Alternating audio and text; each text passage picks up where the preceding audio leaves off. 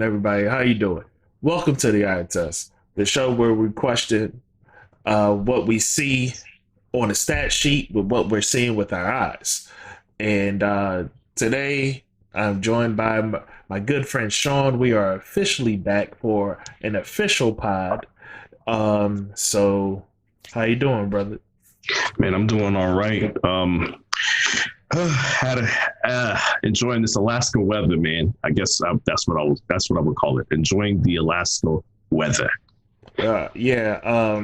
My guy Shawn is out TDY right now. That's temporary duty over in Alaska, launching some jets. So he's not in his normal place. But anyway, man, we're going to do things, I guess it's no different than we always do. We're going to fly by the seat of our pants and hopefully something sticks. So here we go. I'm ready, dog. All right, man. So listen, just this past week, the NFL draft happened. We were live for rounds 2 and 3. We had quite a few people in on the live with us, and it was a good time until we had a power outage. Yeah. And the power outage kind of derailed us, unfortunately. But we were doing thank you for everybody that joined us in the live. Thank you for those that engaged, and for those that just joined and watched. Next time, engage. We like that. We like talking to people. We like talking to people about sports in general. Even though we were there for the draft, just talking about sports in general was a good time. But anyway, man, let's get into some real shit. So like I said, the draft happened this past weekend. That's the biggest thing. What was your biggest takeaways from the draft, Shawn? This is one of the first drafts that I remember in a long time, Mark, where we went deep into the first and second round, and it seemed like a lot of these teams were actually, for once, drafting the positions that they needed. There was a few, there's a few idiot organizations out there that we're doing. Oh man, come on, man. You don't like, first off, man. You know what? I'm just gonna mention this real quick. So you don't like the fact that they went out and got, one of his favorite targets that he had in college. You don't like that. You don't like that. What did you call it? Pre-made chemistry. You don't like that. Listen, pre-made chemistry is all well and good if the ball ever leaves his hand. Look, man, all I'm going to say is, what Joe Burrow's numbers were before he got hurt. And I know that's going to be your point. Yeah. He got hurt, but I'm saying. But okay. I also know what his sack numbers were. I know what his hurried numbers were. I know what the drop rate numbers were because the passes were coming out of there wild and crazy. I know a lot of numbers. Yeah. And I also know they barely ran the ball. So look, I'm just going to say this. They were not the worst. Okay. No, they were not the worst, but no, they're not. But there were a few organizations that were just out there just picking anybody. It seemed like so. No, it's impossible to be the worst if you get Jamar Chase. But yeah. But it still doesn't make Jamar Chase the right move for your organization. Okay. Well, I mean, but what I guess like I said, my takeaway was, for the most part, a lot more than usual and a lot more than I expected actually drafted in a way that was conducive to their needs. And it was kind of refreshing for a little bit, a little less exciting. You know what I'm saying? I didn't have too many people that I could just outright bash. So what I'm also surprised is the draft day trades that were made were, a lot of them weren't big splashes except for a couple. So usually you get that one crazy one, like the Bears that one year where they gave up a bunch of stuff to move up one spot to get Trubisky. Like usually there's one like that, right? Or you get like a Daniel Jones pick, or you know what I'm saying. So usually there's something like that, and I felt like this draft just didn't have that aha moment where everybody just pointing and laughing. So I don't know, man. I feel like a lot of teams improved with this draft, and I'm just excited to see this rookie class. It seems like it's a a deep class. Yeah. I could agree with that. I mean, I wouldn't necessarily. I could agree with that. When I say deep, I mean top heavy deep. Like okay, there we go. Yeah. Okay, I could agree. Like, yeah, those first 3 rounds deep. Yeah. Yeah. There's definitely seemed to be a lot of talent in the first 3 rounds for sure. Yeah. I know that so actually before I say that, so I know I kind of sort of cut you off, but like, was there any other standouts or anything else that stood out to you in this draft?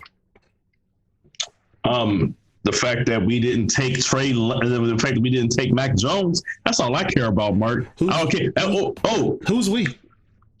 Who's the 49ers? Come on, I didn't know the Redskins. Whoa, don't do that. Don't do that. First of all, the Washington football team.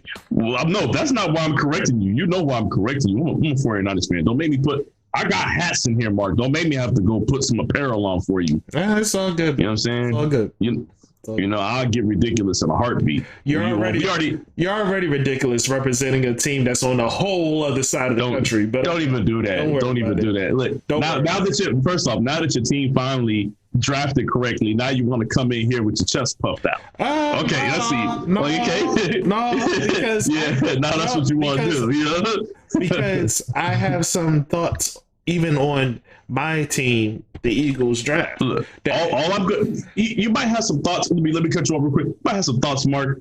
But the thoughts that you had before the draft was you was trying to figure out whether you was going to disown your team for a little bit before the draft, Mark. See, that's what I'm saying. So now that your team is in the clear, now you want to come in here all rah talking about fans of teams and stuff. And just a minute ago, you was about to abandon yours. So, hey, listen, man. I preach all the time that loyalty is earned, and fandom. Even though fan is short for fanatic, I do not believe in being a fanatic of any team. I believe that you should be measured in your fandom, and when you're measured in your fandom, your fanhood can be tested. And the Eagles have been testing my fanhood for a little bit now. So, look, man, I thought you was a ride or die, Mark. That's cool, though. That's cool. Just like, listen. When it comes to players or when it comes to a bad coach, it's something like that. I could deal. I can even deal with a bad GM if the owner is like, all right, we got to move on. I could deal with all that. But when the owner is the source of issues, which is what has been reported in some cases, and when the GM is the source of issues and the owner refuses to fire the GM, now it's like, okay, what are you leaving me with? You just giving me your ass to kiss. So, like, what else am I to do?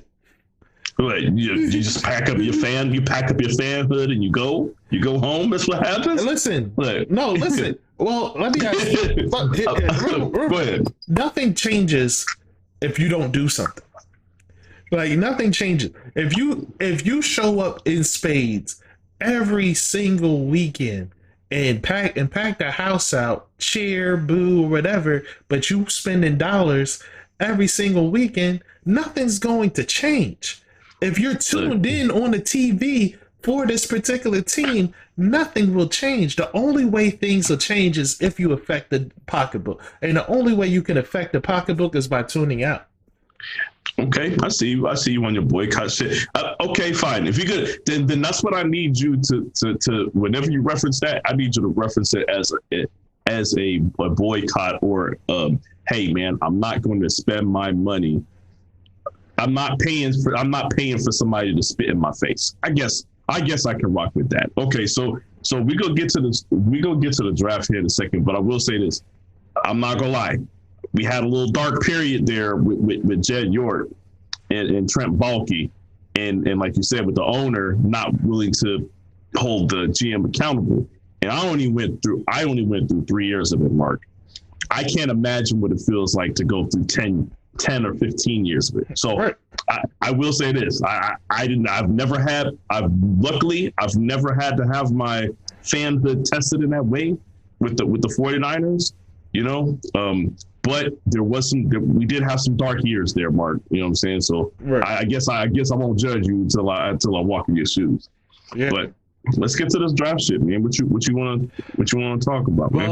Well, for me, things that stood out. I feel as though a lot of teams were a lot more measured in this draft, but that's for obvious reasons. Seasons were shortened. Certain players didn't even play whole seasons.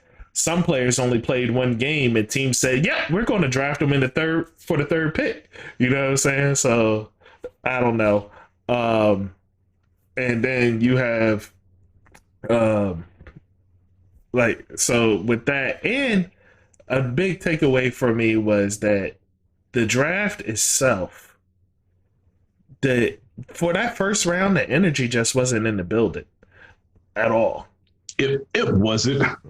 But that's what happens when you take Cleveland again, Doug. I'm just gonna say that's what happens when you take your shit to Cleveland, though, man.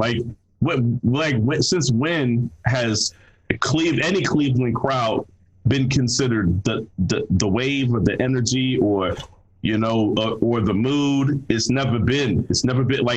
Like it literally. It just further reiterates the fact that nobody wants to go to Cleveland. Like I don't even know what to tell you, man. And I even think back to the times. You know what's funny? A cousin of mine has a house in Cincinnati, but it's not quite Cleveland. So never mind. I just thought about it. I thought it was in Cleveland, but then I reminded me. No. Cincinnati is different. Cincinnati, I don't never hear people talk down on Cincinnati the way they do Cleveland, dog. Cleveland is wild. Yeah. But I will say this. The crowd wasn't as lively as I thought, or not as I thought it would be, but as lively as I would want it to be for having a crowd. Right. Mark, I have a question, man. I feel like there was more energy last draft when there wasn't any crowd and it was just the faces on the screen. Yeah, but I mean, that could have also been, that's very true, but that could have been hyped up noise. Who knows? I'm gonna shoot Cleveland some bail. Maybe they could have been piping in noise on the internets. You don't know. You don't know. Well, you know what I am glad that they didn't do? I'm glad they didn't give us a bunch of this person's parents murdered their sisters in the bathtub last year.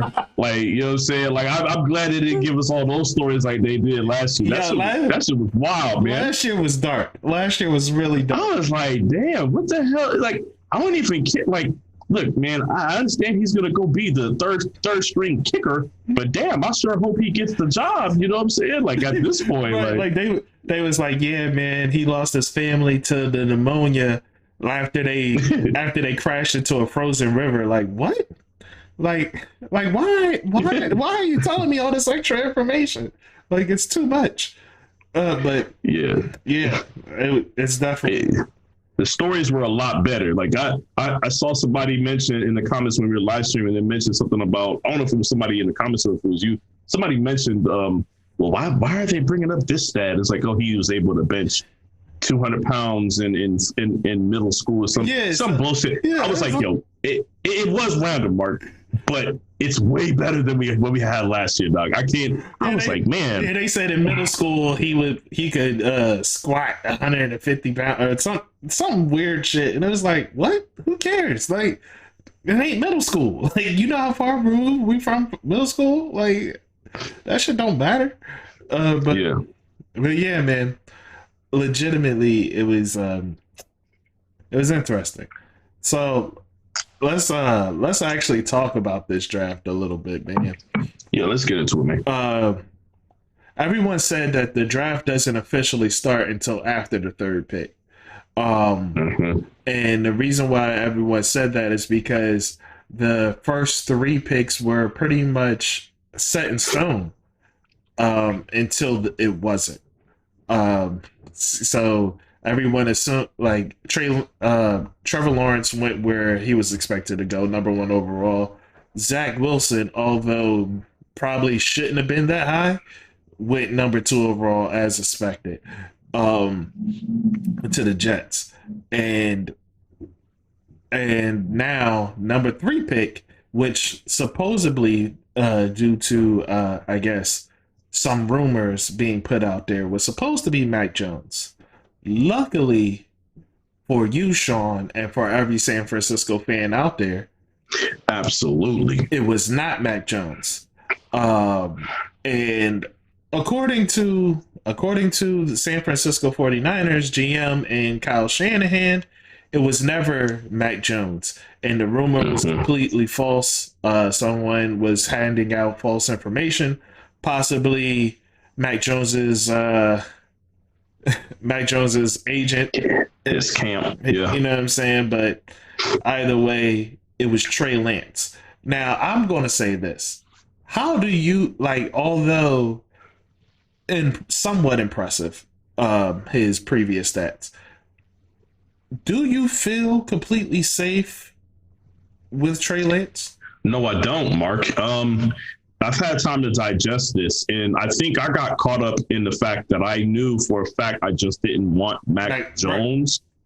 So, like, it was almost like a celebration, but it wasn't, man, because I wasn't celebrating that we took Trey Lance. I was celebrating that we didn't take Mac Jones. I was like, thank God we didn't fuck this up. But, you know, I'm not looking for my team not to fuck up. I'm looking for them to make the right move, Mark. Right. And I felt like in the position that they were in, I feel like Justin Fields is more proven for the things that I feel like we need on our team, Mark. I'm gonna say some things here because, you know, Trey Lance, small school, small division, right? Small conference, right? Okay. Jimmy G, small school, small conference. Okay. Less, there's less talent there. There's lesser defenses that you're going against. And we all know how these smaller conferences are. It's almost like there's no defense. Okay. Right. So I loved Jimmy G's tape coming out of college. And I was hoping that we would draft them. And then the Patriots took him because I liked what I saw on film from him. And I liked his arm. I liked the Z ball, like all that stuff. But you liked them later in the draft versus. Oh yeah, no, I didn't like Jimmy G for a first round guy. I liked Jimmy G. I was like, whoever gets this guy second or third round, right. which to me, I thought late second, early third round is where Jimmy G should have went. And sure as shit, it was like middle to late second round. The Patriots took him. That's where I thought he should go. I knew he was a guy who was going to have to wait a couple of years just because of the talent jump, because he's not playing for a major conference. And I was like, he sits behind somebody, it'll be perfect. I thought the Patriots did exactly what they usually do when it comes to drafting in later rounds. They have a system. They got the guy that they want that's going to fit their system and do the things that they want him to do. I thought it was great. Now, I'm making these comparisons because I feel the same way about Trey Lance. I feel like Trey Lance is a guy who is going to need some time to adjust to the NFL. Okay. And there's a tempo that we play at, Mark. There's a reason why we can have games where a quarterback can still get 250 to 300 yards passing, even though we're running the ball 40 times. It's because we play at a fast tempo. Okay. So we need somebody that is going to, we don't need to have somebody that's still trying to transition into the NFL and then also try to man this offense. I understand we run a lot, so they're going to be, he's going to be protected whenever he starts playing. But I just feel like, I have a question for you. Do you think sitting behind Jimmy G is going to, how much help do you think that's going to be for him sitting behind Jimmy G? I don't know. Like, I wouldn't, not much. Like, what I'm saying. Like, what has Jimmy G done to say, oh, this is the guy you should learn from? That's what I'm saying. I'd rather have a guy that's like a 35-year-old, journeyman quarterback that's just been around the league all his life. Be the guy grooming him, even if that 35-year-old quarterback ain't that great. He at least has, years of experience in dealing with NFL systems and playing and trying to break down film and do all that shit, right? Right. You got Jimmy G, who like I said, man, half the time he's hurt, he's not there. I don't like the way that Jimmy G breaks down, reads defenses and all that shit. I don't want anybody learning from him. So, but on the flip side, but that's the thing. Trey Lance is going to have. I don't know how much of a curve it's going to be for him adjusting to the talent on defense in the NFL, and I don't know how long it's going to be before I see him finish games. And I'm going to use that term, finish games, because that's the one area that we were lacking in with the quarterback position. And that's the only thing that I want, Mark. Our offense, the offensive scheme, the running of the ball, all that stuff is going to take care of the first 3.5 quarters. And at the end of the game, when we need points on the board, that's where the quarterback of the Niners is going to show their worth. And I feel like that's where Jimmy G failed the most. Nick Mullins is not going to be that guy. So, Josh Rosen is not going to be that guy, I don't think. So I would have rather take Justin Fields, who has it. You know what I'm saying? We've seen Justin Fields, win games. Yes. We've seen him against top tier defenses and top tier talent playing in the Big Ten. So for me, that was my thing, man. I would rather have the quarterback. They both need time, I believe. But I think Justin Fields is already there when it comes to, at the end of the game, instinctually, I know what Justin Fields is going to give me. I don't know what Trey Lance is going to give me. Absolutely. So, I think we should have took Justin Fields, but I think that, once again, I think that's the arrogance of Kyle Shanahan and him believing in his system. And I mean, I don't care if we have to play another year with Jimmy G.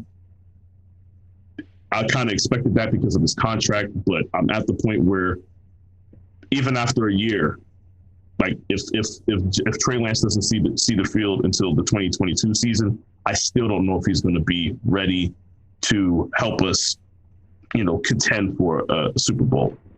Right. Well, I'm gonna say this: you're not going to have that long. You're not going to have that long. The thing about it is, time's ticking, Mark. The thing about it is, when you draft somebody as number 3 overall, fans, media, they will pressure to see this person play. So it takes. The Niners fans, we're not trying to see Jimmy G. And especially when it's somebody that is, well, for lack of a better term, flawed. They will leave the door open for fans to say, no, I want to see this person, because the moment that Jimmy G throws some Aaron down the field passes, or he misses a check down or something like that, fans are going to be calling for the new guy. And it's not like Aaron Rodgers, who can hold you off because he plays well, or Brett Favre, who was able to hold off Aaron Rodgers because of who they are. Like, Jimmy G isn't capable of doing that. So when he messes up, he's going, their fans are going to clamor for him. And I personally feel as though, because it's so hard for teams to not fold, the San Francisco 49ers will fold, and Trey Lance will be on the field starting at some point in the 2021 season, or the 2022 season, however this is. But he will be starting this year. That is my hot take, that at some point in this season, Trey Lance will be taking over. And that's sans injury, because I'm not going to even give myself the leeway of saying injury, because obviously he's going to take over if Jimmy G gets injured. But if Jimmy G stays healthy, I think he takes over at some point. So the way I feel is, my response to that would be, I agree. It'll probably happen this season. Who knows how long into the season? Yeah. But they've already marked. They're already greasing the wheel, if you will. They're saying they've already been 2 or 3 statements that come out to say that, we can't envision this team without Jimmy G being on it. But then they're also saying that Jimmy G has already said that he's willing to help Trey Lance. So it's almost like they're already just trying to, slowly put the information out there to say, we're not getting rid of Jimmy G, but Jimmy G already knows what it is. Right. See what I'm saying? And they're saying that he's cooperating, and what I'm saying, if so he's cooperating with the process. So and so that's what the reports have come out over the last 2 days. And I want to say this because I want to comment on what you said, or at least I want to piggyback on your comments earlier about the small school. I find Trey Lance going number 3 to be very odd to me. He's only played 1 game this season. 1. And like you said, he came from a smaller school. And when you come from a smaller school like that, you might as, in my eyes at least, and I'm a little hyperbolic. So in my eyes at least, you might as well be Division II, baby. Like when you coming from a smaller school, because they not playing that same type of football that's being played in the NFL. So I can't. Yeah. So like those open windows that you're seeing in your Division II school, that seems like, oh, that's good looks, that's good. They not there. They're not there unless you was playing the Dolphins 2 years ago, or unless you was playing like Cleveland 5 years ago. But like you're not like. But essentially at this point, outside the Eagles defense or the Eagles secondary, no team is a pushover to where you're going to be seeing those looks that you saw at North Dakota State, or what I mean. You just like that's just not going to happen. Yeah, and what I'll say is, he got drafted this high based off of his athleticism and his arm talent, because you can see that the arm talent is there. You can see that the athleticism is there. Well, let me ask you this, how many times do teams have to see that arm talent and athleticism is only one part of the game? Because they don't because here's the thing, it's great that you have arm talent, but you need to show, for me at least, you got to show decision making. I told you, for me, that's the most important. Right. That's the most important part of a quarterback's game. I would take, you and I was talking over this weekend, but I would take Teddy Bridgewater over so many quarterbacks simply because of his ability to make decisions, and his arm isn't terrible. He'll give me a 45-yard pass, you know what I mean? A 50-yard pass. I don't need him to bomb at 70. You know what I'm saying? There's actually very rarely going to be a situation where you're going to need your QB to bomb it 70 fucking yards. So the big arm guy, it's that's an extra. That's great. I just need you to be accurate and have great decision making. Read the defense. Yeah. So, but yeah, like I said, there isn't enough film to say what his decision making is going to be like. Right. There's been plenty of quarterbacks that come through the league that had athleticism and arm talent. And what happens is, if they're missing the other stuff, your peak is Michael Vick, right? Your lowest, the floor is Jamarcus Russell. Right. So that's what you're looking at. It's a wide window, Mark. And everybody's not going to be Michael Vick. But even that window doesn't equal championships. It doesn't. There's very few people that had arm and athleticism and equaled a championship, and that's and one that I could think of off the top of my head, and possibly the only one that really didn't have decision making but was successful, is Brett Favre. Brett Favre is really the only person I can think of that didn't have any decision making, but was successful. Hey, he out there playing back. He was out there playing backyard football, man. Like exactly. yeah. So because look at it, Jay Cutler, big arm, blah blah blah blah blah, and then it never turned into anything. And they fired so many. They fired so many good coaches, switched out offensive lines, everything, just to try to give him something. But the whole time it's him. He's the issue. Yeah. Well, I say to bring it back to what we were talking, the reason why this came up was the Niners pick. I'm going to go back to what I was saying. I'd rather have the guy that has the arm and athleticism, and you don't know whether or not they have the decision making. If you don't know, give me the guy that you know has the ability to rise above in crunch time or in pressure situations. Brett Favre had that ability, so it didn't matter about his decision making because he just instinctually made plays. Right. You know what I'm saying? Justin Fields is a guy that can instinctually make plays. I don't know if Trey Lance is that guy. He's never been in that any type of he hasn't been in the high pressure situations that Justin Fields has been. So that's what I'm saying. I'm taking the guy. I would want to take the guy that has at least shown me when the pressure's on, the instincts kick in. He's just a playmaker. He's going to make the plays in crunch time. So, and I know for a fact, for me, Justin Fields, in my opinion, Justin Fields has decision-making abilities. Like, I think he 100% should have been number 2.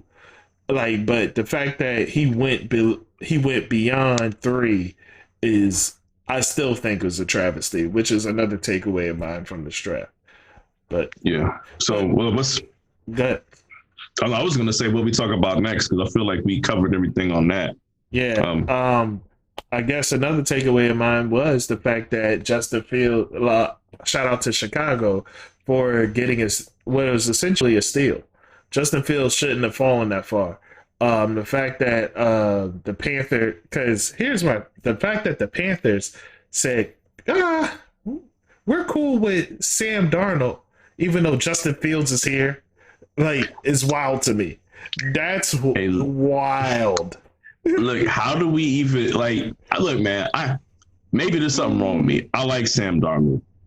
I like Sam Darnold. They went out of their way to go get him, Mark, man. That's the move. Like, that's the move that I have a problem with, is them going out of the way to go get Sam Darnold when they had Teddy Bridgewater. Right.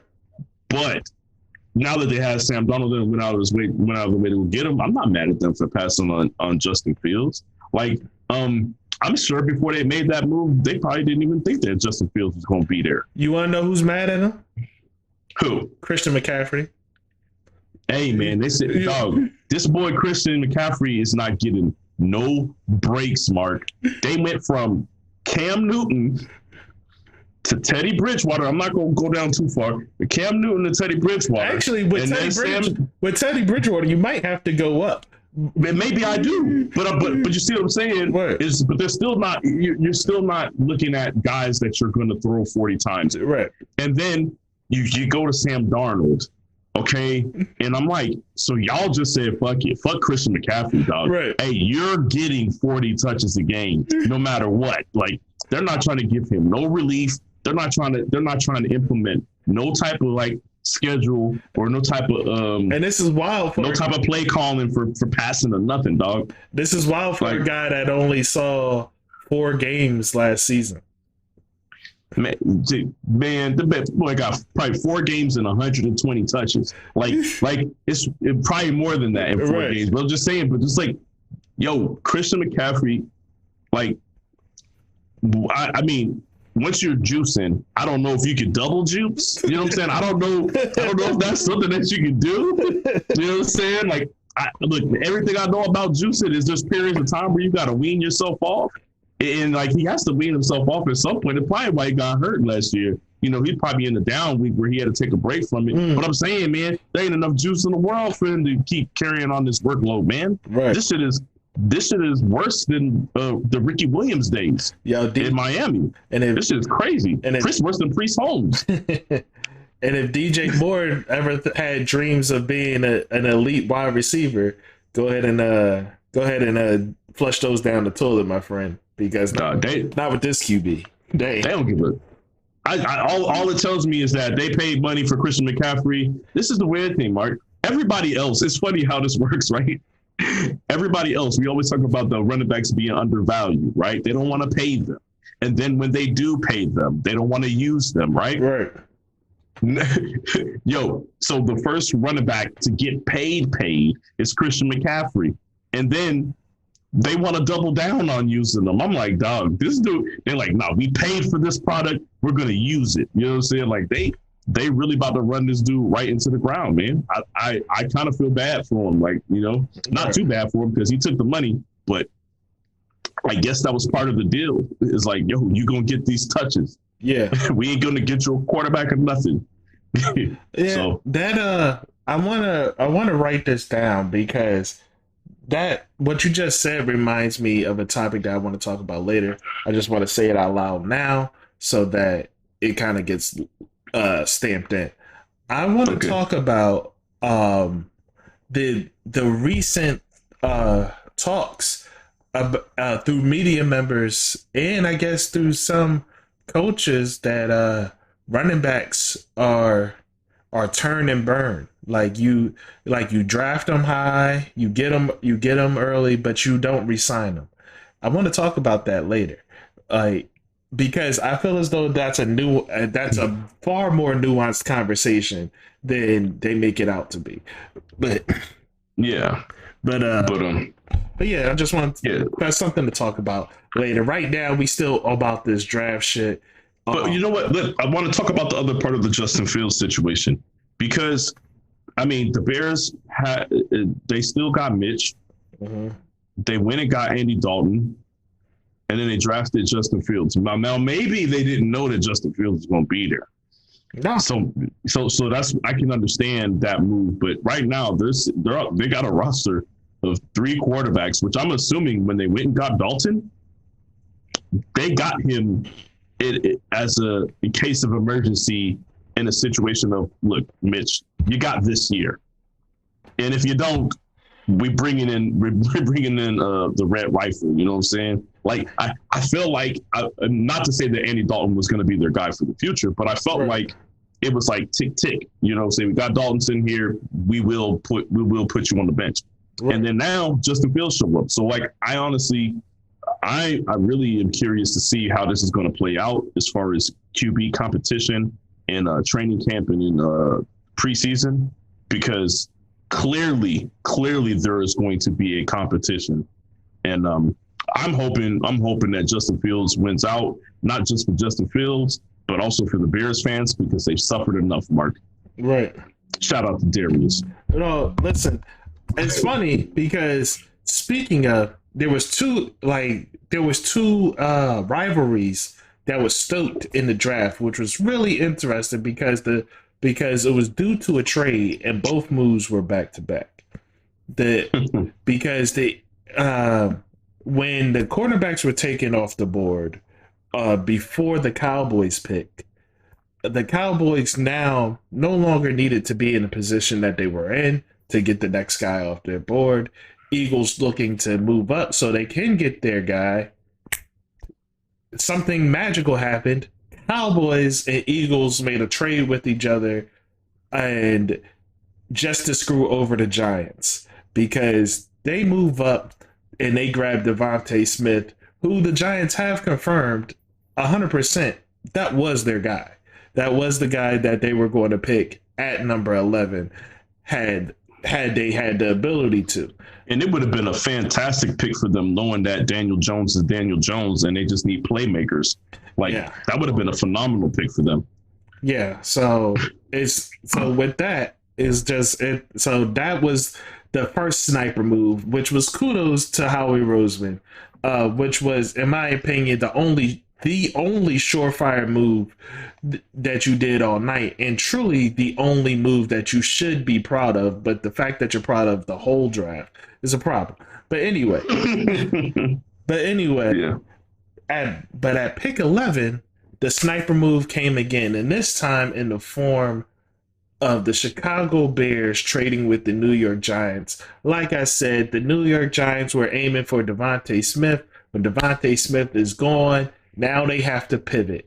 And so they made a pivot with the Chicago Bears and gave the Bears to the ability to move up just in front of their division rival as well, the Minnesota Vikings, who was indeed going to draft Justin Fields at pick number 12 or pick number 13 had he been. Yeah. Had he been there, they was going to draft him at pick 13. So that was just a little interesting story for you guys out there that didn't catch the draft, or maybe just didn't put that correlation together that there were two sniper moves by division rivals back to back. Real quick, speaking about the first sniper move, as you called it. Reports came out and said the Giants, obviously, they were furious. Right. And they were furious not only because of that move, right? Clearly, you got two of your division rivals working in unison together to screw you over in the draft, right?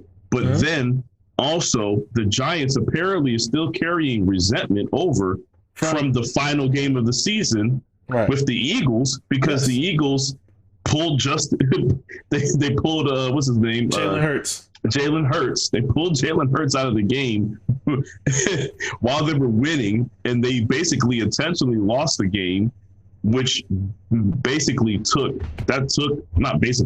it literally took the Giants out of the playoffs if they would have won the game like they're supposed to. Well, here's the thing. Two things about that. One, winning, but like they were up by 3 points. They weren't like they were up by 3 points and had momentum. Yes, that's true, Mark. But come on, man, did you feel like they was going to win that game with Jalen Hurts? I felt as though they had a chance to win that game. I did not feel as though it was a surefire victory. Do you feel like there was some spite? No. Or do you feel like it was just an idiotic move? What? To take him out? Yes. I feel neither. What do you?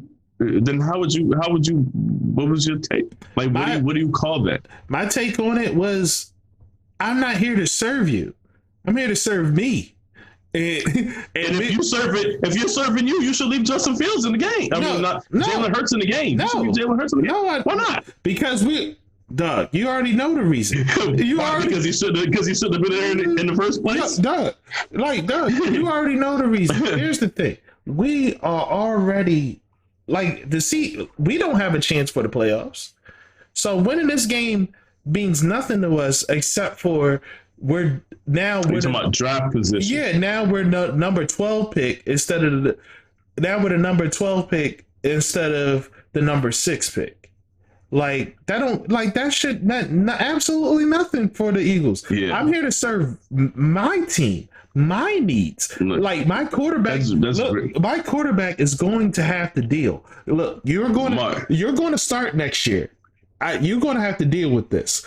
Mark, if I was a Giants fan or if I was in the Giants organization, the reason why I would have a hard time believing that is because the entirety of the season, the Eagles did not care about draft position when they wanted to dig themselves up out of a losing streak. Okay, when the season was already done, when they were already 8-10 games in the season with their trash record, then they all of a sudden want to play. If they was really concerned about their draft positioning, maybe they shouldn't have started winning games at that point. You know what I'm saying? They started doing you see what I'm saying, Mark? I can tell you right now that they already. Listen, you and I covered this. They were already positioning themselves to lose more often. Because they stopped utilizing the wide receiver bull. What's his name? Fulgham.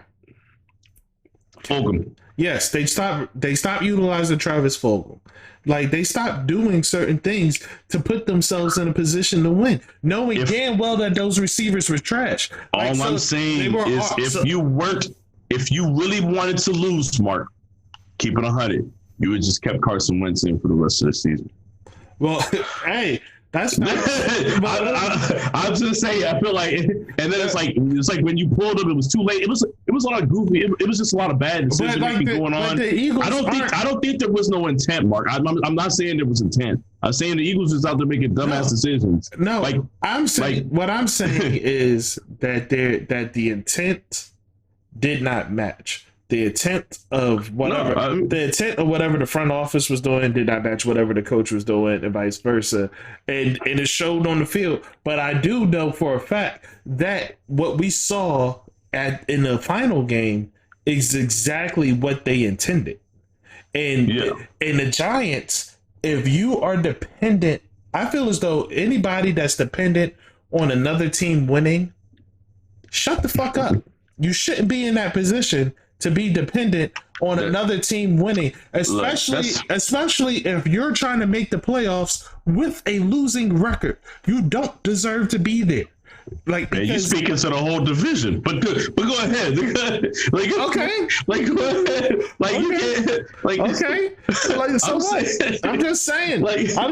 You shouldn't be put. Don't be. Okay. Don't put yourself in that place. Okay. Look, but I guess my point was, I can understand. Giants, I understand. I understand your fear. I understand why you would be upset. Listen. But Mark, let me put it this way. Eagles, you've been a defunct organization this entire time. Completely dysfunctional. Don't know what the hell's going on. Can't make the right decisions. Never making the right moves. And then you're not making the right moves. And then the two times you decide to do what's right is the time that it keeps us out of the playoffs. And then it's the time that takes our draft pick, dog. Sorry, Mark. That would send me over the edge, bro. That would send me over the edge. Giants fan. Listen, I understand. I understand. No, listen, I understand, but see, as a man, I've done some things in life, and I've taken some classes and seminars and stuff like that, and there's a little thing I learned. It's called accountability. And what you got to do is you got to look yourself in the mirror and be like, well, how was I in this position for this to happen to me in the first place? Yeah, the Eagles did what they did, but how was I even there in the first place? How did I end up in this position in the first place? Oh, my fault? This was my issue? Okay. Understood. So I gotta be better. So that's all it is. The Giants just need to go ahead and hit up Tony Robbins and learn some accountability. That's all. Look, I'm just gonna say, when y'all play them, Giants gonna be gunning. Ooh. Hey, you saying ooh, beat them, please. Hey, last time I checked, we ain't have to do much because Daniel Jones is either going to trip over his own shoelace or Evan Ingram is going to miss a wide open catch. I knew you was going to bring up that Evan Ingram shit. Look, man. Look, fine. You know what? We off it. What else we got, Mark? What else we got? So, anyway, you know what I'm saying? I punch with the best of them, dog. You know what I mean? All you did was speak like a true Eagles fan. But continue. So you mean nothing but facts?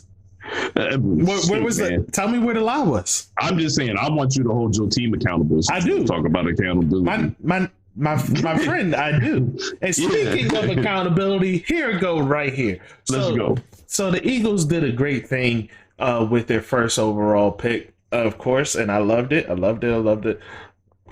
I have an issue with Devontae Smith simply because of his weight, but that has been talked about a lot. But at this point, I had to do a little soul searching and say, look, you can't nitpick every situation. I'm literally sitting here nitpicking the Eagles for taking a Heisman winning wide receiver when all I've ever asked for was for them to take a star wide receiver. I can't sit here and nitpick the fact that they did indeed take a star wide receiver, and not only is he a star wide receiver but a Heisman winner. So with that, I gotta eat that and be like, look, my concern is my concern. But but the pick is what it is on the face value of the fact that the dude can ball. Like, he can absolutely ball. So that's with the first pick.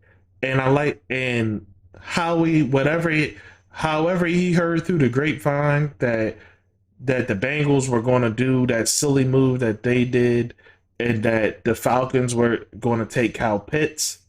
Like, kudos to him, because he moved down. He was like, the two guys that we wanted, they're not going to be there, so we're going to move. So we're going to trade down. He traded down early, and lo and behold, he was right. Neither one of those guys was there at the 6th pick, and he moved up, and things just shook out perfectly to where he was able to move up and get Devontae Smith. Now, part of me is curious is if one of those corners was still available, what would have happened? Because if one of those corners was still available, Cowboys wasn't trading their pick. So yeah, man, them corners, that's another thing that happened, man. The corners, man, we thought they was going to drop, and they were getting snagged up. Hey, the Cowboys in rounds 1 and 2 had the cornerbacks that they had on their draft board snagged from them. Right. So, Joe Warren and Patrick Surtain both snagged away prior to pick number 10. Crazy. I didn't see that. I am very curious as to what would happen in the other universe where Patrick Surtain is available at pick 10. Because what happens to the Eagles pick now? Like, you move to 12, and what are we taking? You don't want to know what happens to the Eagles pick, Mark, because you know right, that they would have still moved up to get. They still would have went up to get Smith. They still would have went up to get Smith. How? Nobody was willing to trade with them, and it was only 2 picks. It was a pick difference. It's not. I see what you're saying. You say the Cowboys would have kept the pick and took it. Yeah, well, they would have took Surtain, and then the Giants would have took Smith, and then the Eagles. What are you going to do? So I'm just curious. They would have done some dumb shit. Yeah, that's what I'm curious about. I'm curious about what the other universe, what happened in that other universe. Well, there were still some wide receivers around, Mark. And no, I get that, but I'm just that was just my thing there. But far removed from that, because I want to continue with the Eagles point, is the fact that now the Eagles, after the first round and into day 2, the Eagles revert back to who they've always been. The Eagles at the second round is a position where you still should be drafting starters. You still should be drafting day 1 starters. And yet again, they draft an injured player. Now, y'all love injured players. Now, Mark. Let's just call it what it is. Lance Dickerson. Now, I will say this: Dickerson's tape is phenomenal. Watching his tape is phenomenal. And that night I was stellar excited and everything, until you realize, hold up, this dude has been injured every single year of college, and both ACLs had surgery already. So what are we doing here, Eagles, taking a guy that had 2 ACL surgeries, and one was this year? So he's still in rehab currently. And so why, so that's not really a good pick. It's a good pick for any other team, but not for the Eagles, who have consistently gotten burned doing these type of moves. Well, this is Sidney Jones. So this is one of those moves where I think that they decided that, hey, you know what?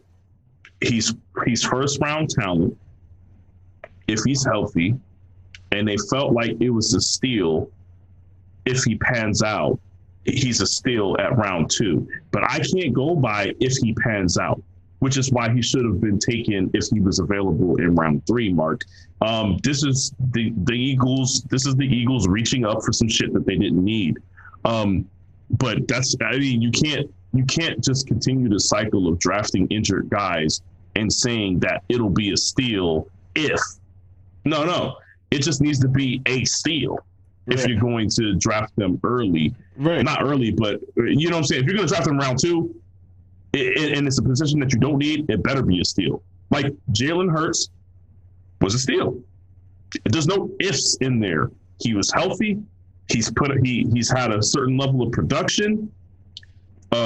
Carson Wentz has already shown that he's going to be injured all the time, and he's shown that he's not going to perform. Like even though it was a position that you didn't need, like I said, if you're going to draft a position that you don't need in the first 3 rounds, it better have been a steal, flat out, not a conditional steal. Like, well, if he turns out to be healthy and if we can get this level, nah, man, it has to be a straight up steal.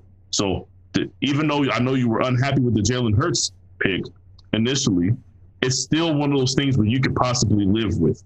Now, all we're going to be doing is looking at Dickerson and saying, you're just waiting for the other shooter to drop for him to be hurt. And then you're just gonna scold Howie Roseman. So, but I don't want the other shoe to drop. But you don't want to. But this is like, I hope it works out. But it does. Like, listen, here's the thing. Even if it works out, it's not an intelligent move. It's not. So like that. So I can't applaud you for dumb luck. You guys are gambling where you shouldn't gamble. Exactly. You shouldn't be gambling. Like, Doug, like if you had $2 million and this was all your money and you bet it all on black, like, and if it hits black, fantastic. That's great. Applaud. I'm happy. Cheering for you. That still doesn't make it a smart move. Like, that still doesn't make it a smart move for you to do that. So, well, they out here betting on black, Mark. So that's what I'm just gonna let you know, right? Right. They're just throwing it all on black right now. Right. So they don't know what the. Yep. And hey, it's 15 minutes in the casino. either I go home broke, or I hit it big. Look, we ain't wasting no time, man. Okay. We ain't dilly. You know, if you're gonna kill yourself, go ahead and do it. Just jump off. Do it expeditiously. Hey, you know what I'm saying? Shout out to Crazy Joe. Yeah, you know what I'm saying? But listen, here's the thing. And honestly, man, and after that, the 3rd round. Now Milton, he could be a great, fantastic defensive tackle. I don't give a shit. We need cornerbacks, but I will shoot bail on this in the thought process of if you're thinking this is truly a rebuild, and if your thought process is to not take Fletcher Cox or one of those older defensive tackles into the future, and you know this is truly a rebuild, and Milton was a guy that you truly liked, then you do what you got to do. But one thing you have to do is be honest with your fan base. Be like, look, man, we're in a rebuild, so a cornerback, that's not what we're looking for this year. We got we have things in the future that we're trying to secure, and leave it at that. Like, so, like, you know what I mean? But don't spit on a piece of crap and then call it sunshine. You know what I'm saying? Like, it ain't gonna work. Like, that's not how that's gonna work for me, man. I need you to do better than that. But and outside of that, the rest of the rounds were what they were. They say Gainwell is going to be dope, and he very well may be, but me personally, I'm tired of the Eagles' identity running back. Like that identity running back. I need a new identity for our running backs. Like the whole the Brian Westbrook running back, the LaShawn McCoy running back, like you know what I mean. We constantly chasing that type of running back. I for once would like a guy that could go up the middle of the field. Wait a minute. What's that, Mark? You think that the Eagles should actually draft an every down back? That would be great. Wow, man, that's you're crazy. Look, and enjoy Deuce Staley and just get over it. Yeah. And honestly, that's not to say that LaShawn McCoy couldn't go up the middle or Brian Westbrook couldn't go up the middle, but that wasn't their main purpose for the team. Like, I want a guy that can act. That's what they're there for. Like, you know what I mean? I want an every down back like that. So it is what it is. But that's all I got on the Eagles, man. And honestly, anything else in the draft, we'll just have to see how it shakes out. That's how I feel. I feel as though, like, anything else, we'll have to see how it shakes out. How about you? I'll just speak really quickly to our draft. We took O-line in the second round, which I'm okay with all that. We just need depth at every position if we're going to be playing on this shitty ass field of ours and having our players get hurt all the time. So I'll take O-line as long as we can maintain our zone blocking scheme and go. And then we took running back in the third round, and we took Ohio State running back in the third round. So with that said, you know, I understand what our philosophy is, Mark. Mm-hmm. We're not re-signing no running backs. Okay. Yeah. You guys, once your rookie contract is up, it's up. We will not be spending any of our salary on running backs. They are making it very clear that we want to be able to pay our premier players on defense and offense. And one way that we're going to try to do that is by not paying running backs. And like I said, it's like that's one thing he's taken from old Papa Shanahan. You know what I mean? Is look, the system, the zone blocking scheme will get us there. We'll end the draft. I mean, the ability to draft the guys and know which guys will be great in the zone running scheme that we haven't missed yet, Mark. So that's my takeaway from that. I'm a little disappointed that we didn't draft a cornerback until fourth round, but I can't be too upset because the cornerbacks were already gone the times we needed to pick, and absolutely the only time we would have been able to take a cornerback is with the first pick, and we absolutely needed a quarter. We needed a quarterback. So, I mean, it seems like things just kind of fell where they did because of what was available. So, I don't think we had a particularly great draft, Mark, but I feel like it was. I'm not even going to say an improvement, but as for right now, I would say I would give my team a C on our draft. I don't think we went up too much. I don't think we went down, just par for the course, which, to be honest, since since Kyle Shanahan and John Lynch have been together, this is their worst draft. And if this is their worst draft, Mark, I will take this, okay? So. I'm going to tell you what. You did something that the Eagles did, and it damaged their future tremendously. Trading up to get Carson Wentz, it damaged their future a lot because then they had to go out and get mercenaries to play because they weren't able to draft for like 3 years. Mm-hmm. And now this is the difference. Your team may be smart enough to understand that the people that you go out and get, they're exactly that. They're mercenaries. So don't re-sign them to long-term contracts. So just real quick, I'm gonna let you know right now. Out of all the players that we have on our team, mm-hmm. okay, the only ones that we have re-signed. Okay, first off, we've re-signed the mercenaries that we've gotten. We still give them a mercenary contract if we re-sign them. We initially signed you for 1 year. you're getting a 2-year contract. We're keeping the mercenaries, Mark. And then number two, the guys that are our main players that are going to be that we want to be staples for our franchise for the future. Those are the only ones that have gotten paid after a rookie contract. And you're just talking about Kittle. I'll say outside of O-line, because we paid O-line. But outside of O-line, you're talking about Kittle. I believe we re-signed Tart, our safety. There's like 2 or 3 guys on our squad. Kyle Juszczyk, we re-signed Kyle Juszczyk. We've re-signed like 3, maybe 4 players to actual deals. And I don't count, I don't know why I'm forgetting our running back's name right now. We have like 10 of them. But his deal don't count because he was initially on a 1-year deal to begin with. So, yeah, we're not re-signing anybody, Mark. And the mercenaries we do get, yeah, they get paid for that 1 year. And even if we want them back, we give them either a 1-year or 2-year contract. So we are being smart about it. Okay.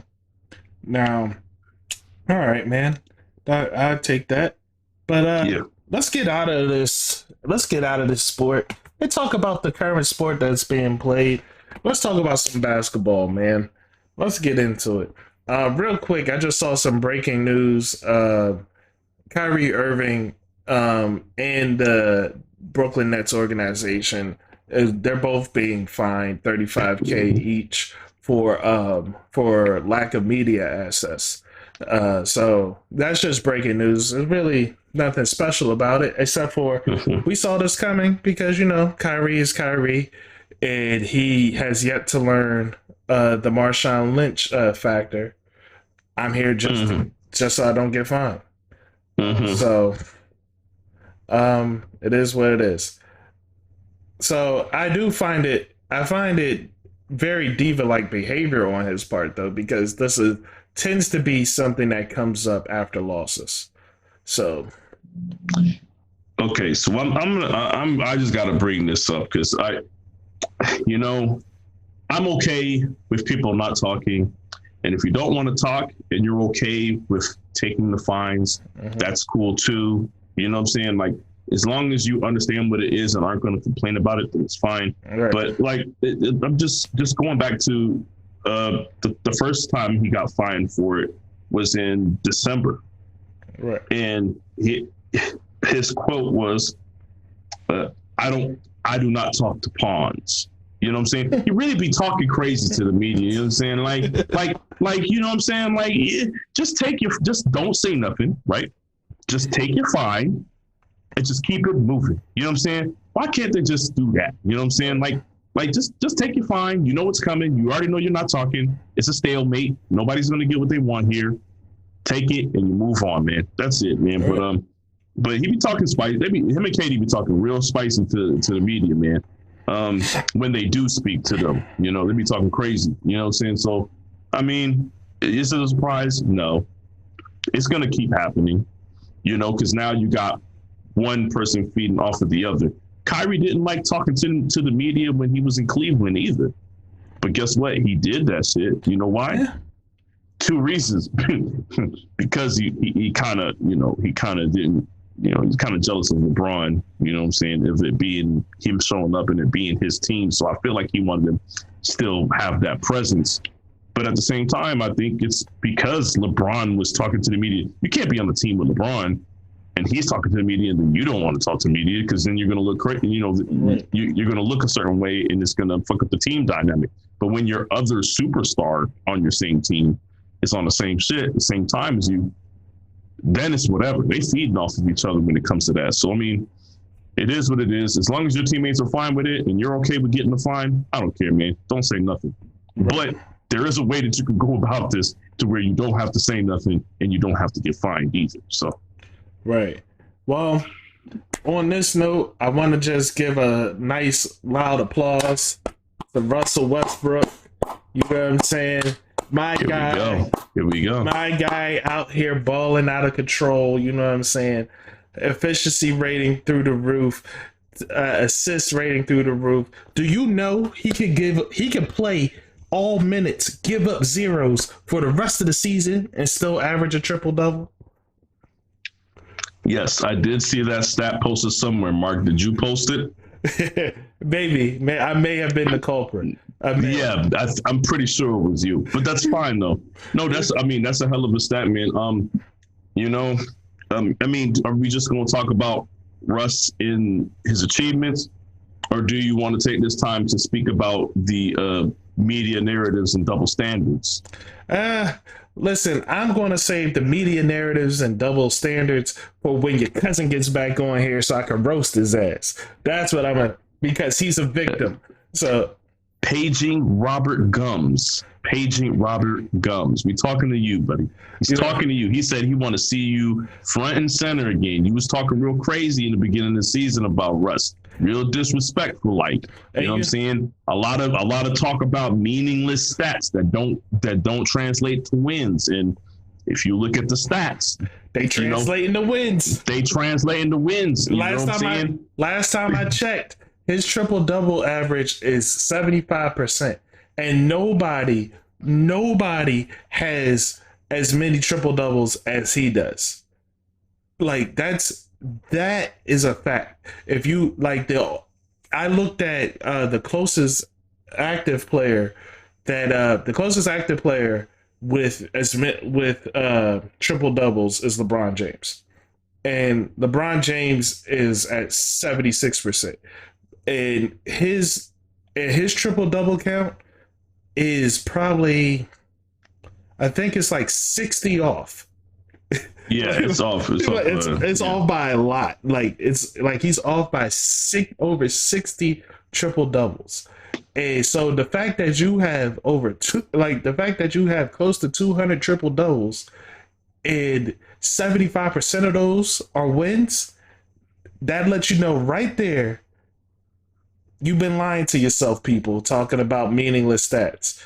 It can't be a meaningless stat when his entire team is in double digits. Like the other night, the entire team, sans one player, was in double digits against the Pacers. Yeah. So what are you guys talking about, man? Y'all gotta, at some point, you just gotta give this man his flowers, because you're gonna be looking at him in history talking about, damn, he truly was a great player. And meanwhile, you're just going to be thinking in the back of your head, because you ain't going to admit it, you was hating on him the whole damn time. Yeah, so this is what I'm going to go ahead and get this out of the way now, Mark. The last time the Wizards were in the playoffs was 2017, 2018. Mm-hmm. The last time they had a playoff victory was 2016, 2017 season. And they only won the first round. They lost in the second round. I'm bringing this up now, Mark, because this is what people are going to be looking at with them, possibly getting, playing the way into the playoffs. And with that said, players typically don't. When you insert a superstar player into a situation where the team is a losing team, and the talent really isn't there, and the coaching really isn't there, usually nothing really changes, okay? And if it does change, it doesn't change within the first year, Mark. So I am a person who, I try not to make my judgments about whether or not it was a good addition until there's been enough time that lapsed. So even though it looked bad in the beginning, in the back of my head, I understood that there's a possibility that it turns around. I don't know how far it turns around. I don't know how fast it turns around. But just because you started out your first 30 games this way does not mean that that's going to be how it is for the entire tenure of however many years that player is going to be with that team. With that said, Mark, he's come in his first season with the Wizards. With the Wizards. And everybody's talking about Bradley Beal and how he's balling out, and he's got a leading scorer on his team. And it's like, Bradley Beal has never been a leading scorer in the league ever, but he's a leading scorer now, right? But then also, he played with John Wall. There's people out there that believe John Wall is a better player than Russ, or at least an equal player. And yet and still, he's about to have them in the playoffs this year. And that's something that John Wall has struggled to do. So, I mean, regardless of what the record may be, regardless of the fact that they might get in on the play-in, if he gets them to the playoffs, Mark, that is an achievement. And I really want to know what the haters are going to say at that point. When you look at the win percentage with every triple-double, you look at the way he turned this team around from where it was. You look at the last 30 games. You look at him averaging, going another season, averaging a triple-double, and you look at the playoff appearance. I really wonder what they're going to say, because nobody thinks they got a great coach. Nobody thinks they have a great roster. Right. It's him and Bradley Beal. And a couple, one or two young players that might be worth something in the future. That's what they're playing with right now. Right. So yes, I really am curious to see what the argument is going to be, especially if they play their way in and he wins a playoff series. I don't think they're going to win a playoff series just because, they're going to be at one of those bottom seeds. But I really want to know, like, can you call this season a failure if they get bounced in the first round, considering the team's past history and it's literally just a 1-for-1 swap, John Wall for Russell Westbrook? Absolutely not. But they're gonna try to make it that way, though. Oh, absolutely. And secondly, another thing that I just want to bring up is that people like to say, "Oh, he doesn't make his teammates better." Last time I checked, Kevin Durant won an MVP with him. Paul George was on an MVP run. Steven Adams' best statistical years was with Russell Westbrook. And lastly, now some would argue that Steven Adams' point. Dang. Go ahead. He shouldn't. Go ahead. I mean, it's okay.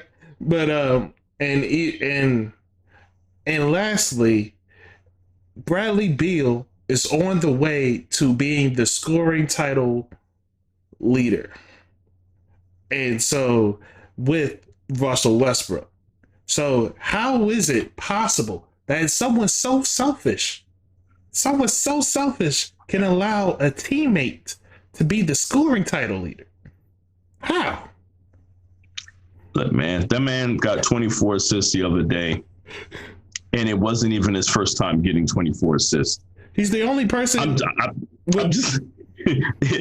the only person with what? He's the only person with multiple 20 assists, 20 rebound games. Like, the only other person that has one is Wilt. That's a problem. Right. Like, when Right. And here's the thing: anybody that says he's out there taking rebounds or whatever, listen. Hey, last time I checked, what's happening on the team when he does this? I don't know. Maybe this is an archaic form of basketball that you guys seem to have forgotten, but it's called crashing the boards. Maybe don't do that. maybe it's from the 90s, you know what I'm saying, where your big men box out and you know what I'm saying, whichever way the ball breaks, somebody's going to grab that shit because you're crashing the boards, man. I mean, look, I can't. So get this, somebody in 750 posted a video of Wilt Chamberlain, and one of the quotes that he said was he takes pride in getting rebounds because he's like, people forget about rebounds. It's like, you have to have the ball in order to score. Exactly. You know what I'm saying? And so I don't care. Let's say all of his rebounds are empty. Having a game where you go 14, 21, what was it? Was it 14? I think it was 14. It was either 14 or 17. But like going 14, 21, and 24. I don't care if it was 14, 0, and 24. You get 24 assists, Mark. That's a crazy game. And the fact that the ball was basically evenly distributed amongst the entire roster is, look, man, you know what? I feel like we beat a dead horse here, man. But look, man, I am telling you, Mark, you said to hit him up. I'm gonna hit Rob up. I'm gonna hit him up and be like, yo, you need to get on the show. Yeah. Mark's calling. He's calling for you. Yeah, man. You know what I'm saying? I'm going to save some of this gusto for him later. You know what I mean? It is what it is. But, all right. But for now, like, we could leave it right there with Russ because there's another guy that needs our applause. And right now, that applause goes out to Derrick Rose, who seems to have reached into a time machine and found some of his old self. Like Derrick Rose right now is averaging 18 points. Like his assist rating is through the roof. His rebounds. Like he's doing the damn thing. And right now he has the Knicks. They clinched the playoffs, which was in no small part due to the way that Derrick Rose has been playing over the last 12 to 13 games. Actually, even more than that, honestly. So I mean, shout out to Julius Randle as well, because but Julius Randle has been he's been doing that regardless. So like the wins have been accelerated. The win streak. They went on a 9-game win streak just now. Yes. So yes, I understand what you're saying. Yes, and he's been a huge Derrick Rose has been a huge catalyst for the Knicks. They were already having above average. I'm not going to say above average season. They've been having a way better season than anybody expected them to have. Right. And they've been getting way better play. Shout out to Tibbs. I'm a big Tibbs fan. So shout out to Tibbs getting them young cats to ball out like that. But yeah, they've been overachieving all year. And then they threw Derrick Rose into the mix, and it's just like boom. Just like it's like magic. All of a sudden, they were trying to get into the playoffs, and it turned into like we're in the playoffs. Now it's saying they're going to be one of the top seeds. Absolutely, man.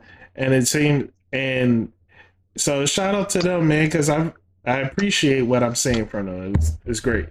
Last thing, I guess. So now that we gave these shout outs, I guess it's time to talk the playoff situation, man. Some teams look like they are. Some teams look a little shaky. The Lakers, for instance, man. Like we said that they were going to get in there, and that they were pretty much like guaranteed to be at the end. But that was obvious without injuries and they missed a lot of time. Him and LeBron and AD, they missed a lot of time in a shortened season. And Schroeder also is missing time here and there. So essentially, all your main scorers had just been in and out and gone. And Anthony Davis does not seem to be recovering very well from his injury. These games that he's been playing since being back hasn't looked like Anthony Davis at all. And I'm wondering, will he be able to be Anthony Davis come playoff time? This is just something that comes along with having Anthony Davis on your team, Mark. Like has he had a fully healthy season since he's been in the league? Maybe his rookie season? I don't know. It's been a very long time. I can't tell you. I just know that this is something that you deal with when you have Anthony Davis on your team.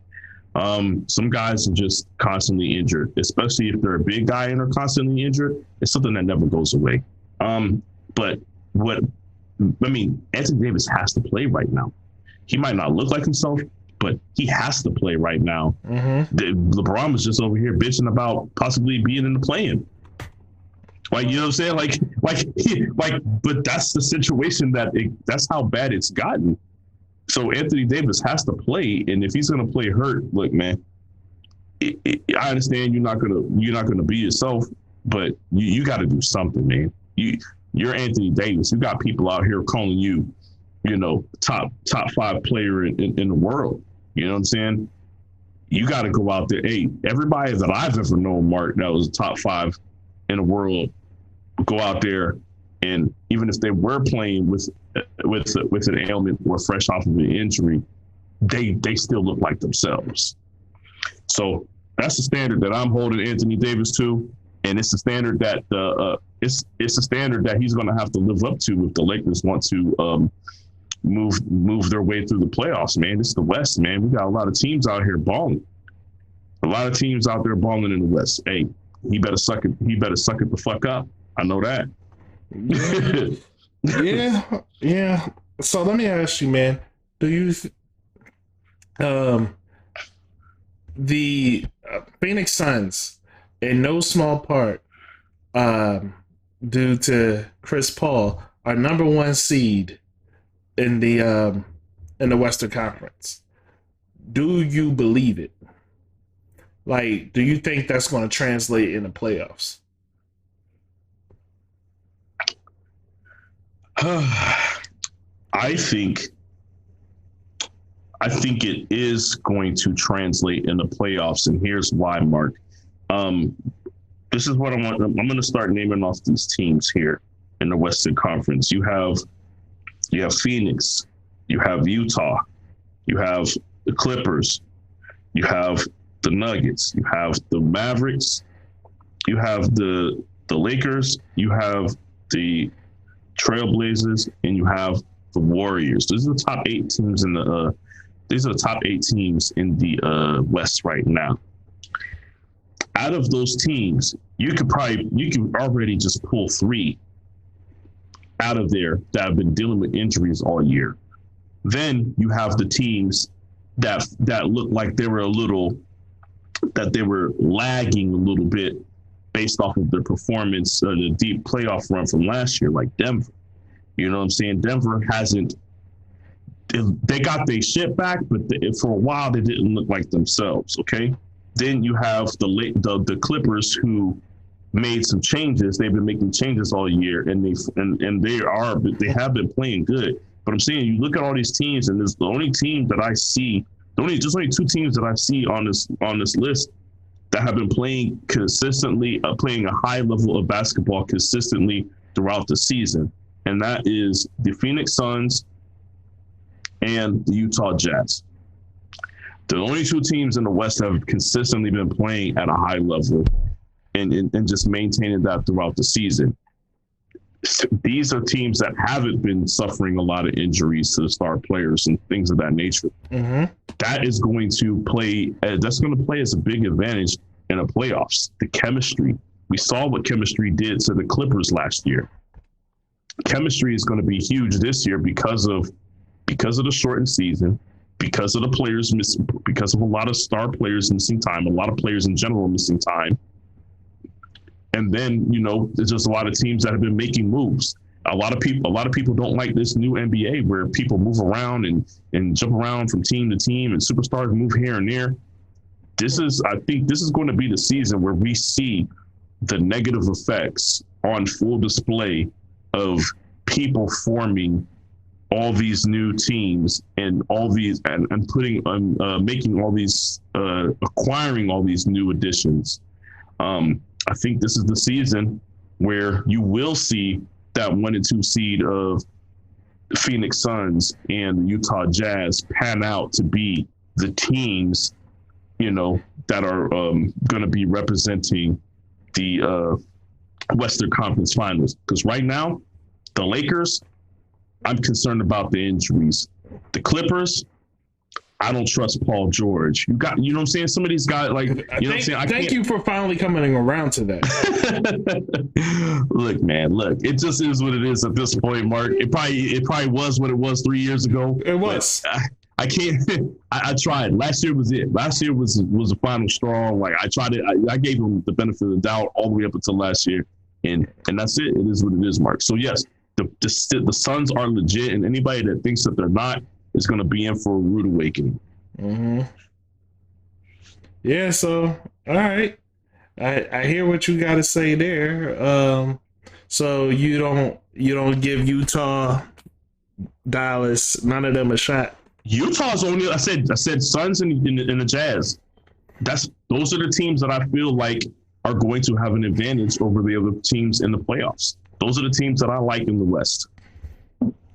I'm not saying these other guys don't have a shot. They do, but Mark, when it comes to the playoffs, I'm gonna take good coaching and team chemistry, over teams that are lacking in chemistry because of injuries. Because that means a lot of these teams are still dealing with the injuries and coming fresh off of injuries. I'm taking team chemistry, Mark. I'm taking the point guard. You know what I'm saying? Right. So, and I'm taking Devin Booker. Mm. Okay. Okay. So I guess moving it over to the East, um, these two teams are battling out right now. The Sixers are 92% chance for getting the number one seed. So uh, the Nets have to keep battling the Bucks have to keep battling essentially because just in case the Sixers falter, who have an easier schedule coming up, they need that position for the number one seed. Main reason being is because they don't want to play each other. Whoever ends up in the number 2 and number 3 seed, and it's not the first round that they're worried about. It's the second round. Because in the second round, that means you have to go head to head with either Nets and Bucks again, which Bucks have been dominating throughout that series, or the Nets and the Sixers, or Sixers Bucks. So either way, none of these teams wants to see each other in the second round because like that's going to be a tough matchup. So one of you going to get knocked off, and then you have to go to the Eastern Conference Finals, more than likely to face whoever's in the number one seed. So I say all that to say, out of the three teams, if whoever ends up in the second and 3, like out of any of those scenarios, who do you see as the one coming out? Like right now, I understand what you're saying. If there's a 2 versus 3 matchup, and we're talking about the Bucks versus the Nets versus Philly, right? Or Philly versus the Bucks, I honestly think that I'm still not 100% trusting the Bucks. Whoa. I'm all tapped out, Mark. I'm all tapped out on fucking faith in the Bucks, bro. I am all tapped out right now. I understand what you're saying. I understand what you're saying about the regular season. I haven't said you said no. You said during the regular season the Bucks have been getting the better of the Nets. You said that. Okay. That means absolutely nothing to me come playoff time when it comes to dealing with the Bucks. Fair enough. So I'm gonna say the Bucks will lose either series. If the Bucks gotta play the Nets or the Sixers, it's an L for the Bucks. That's where I'm going with it. What the Bucks do best and the best way for them to win is very easily countered. And until they change the way that they use Giannis, and until Giannis changes his skill set, I feel like this is always going to be an Achilles heel for this team. Well, here's the thing. In the playoffs. Well, here's the thing. 2 points. Giannis has been against the Nets. He's been hitting his threes. That's 1. 2. Right now, they just very recently played the Nets 2 times, and right now you can call this essentially playoff games because they are fighting. They are truly fighting for the number 1 seed. They want, like I said, the beginning part to say that all these teams want the number 1 seed. So nobody is sandbagging these games. So that's why I brought that up because the Bucks have dominated the Nets in these games that both teams consider them important, and the Bucks have dominated. And not only have they dominated, but they dominated in the area that we've always known the Nets are weakest. And they dominated. I would give that to any other team but the Bucks. Do you understand where I think you understand why, and I think you understand where I'm coming from. I get it. But essentially you're saying it has nothing to do with the way things are being played. It has everything to do with the fact that it's the Bucks. absolutely everything to do with the fact that it's the Bucks. How am I to know that Steve Nash doesn't just say, "Well, the formula's out there, fellas.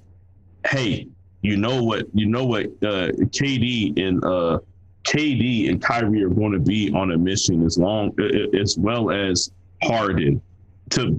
I think they are dying to prove people wrong. I think they are going to turn up a little bit defensively when playoff time comes. And you know how the refs are.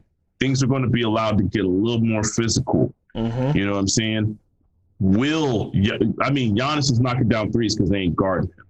What is he going to do when it's the playoffs and they're like, okay, we're actually going to send a body at you on a 3-point line? What's going to happen then?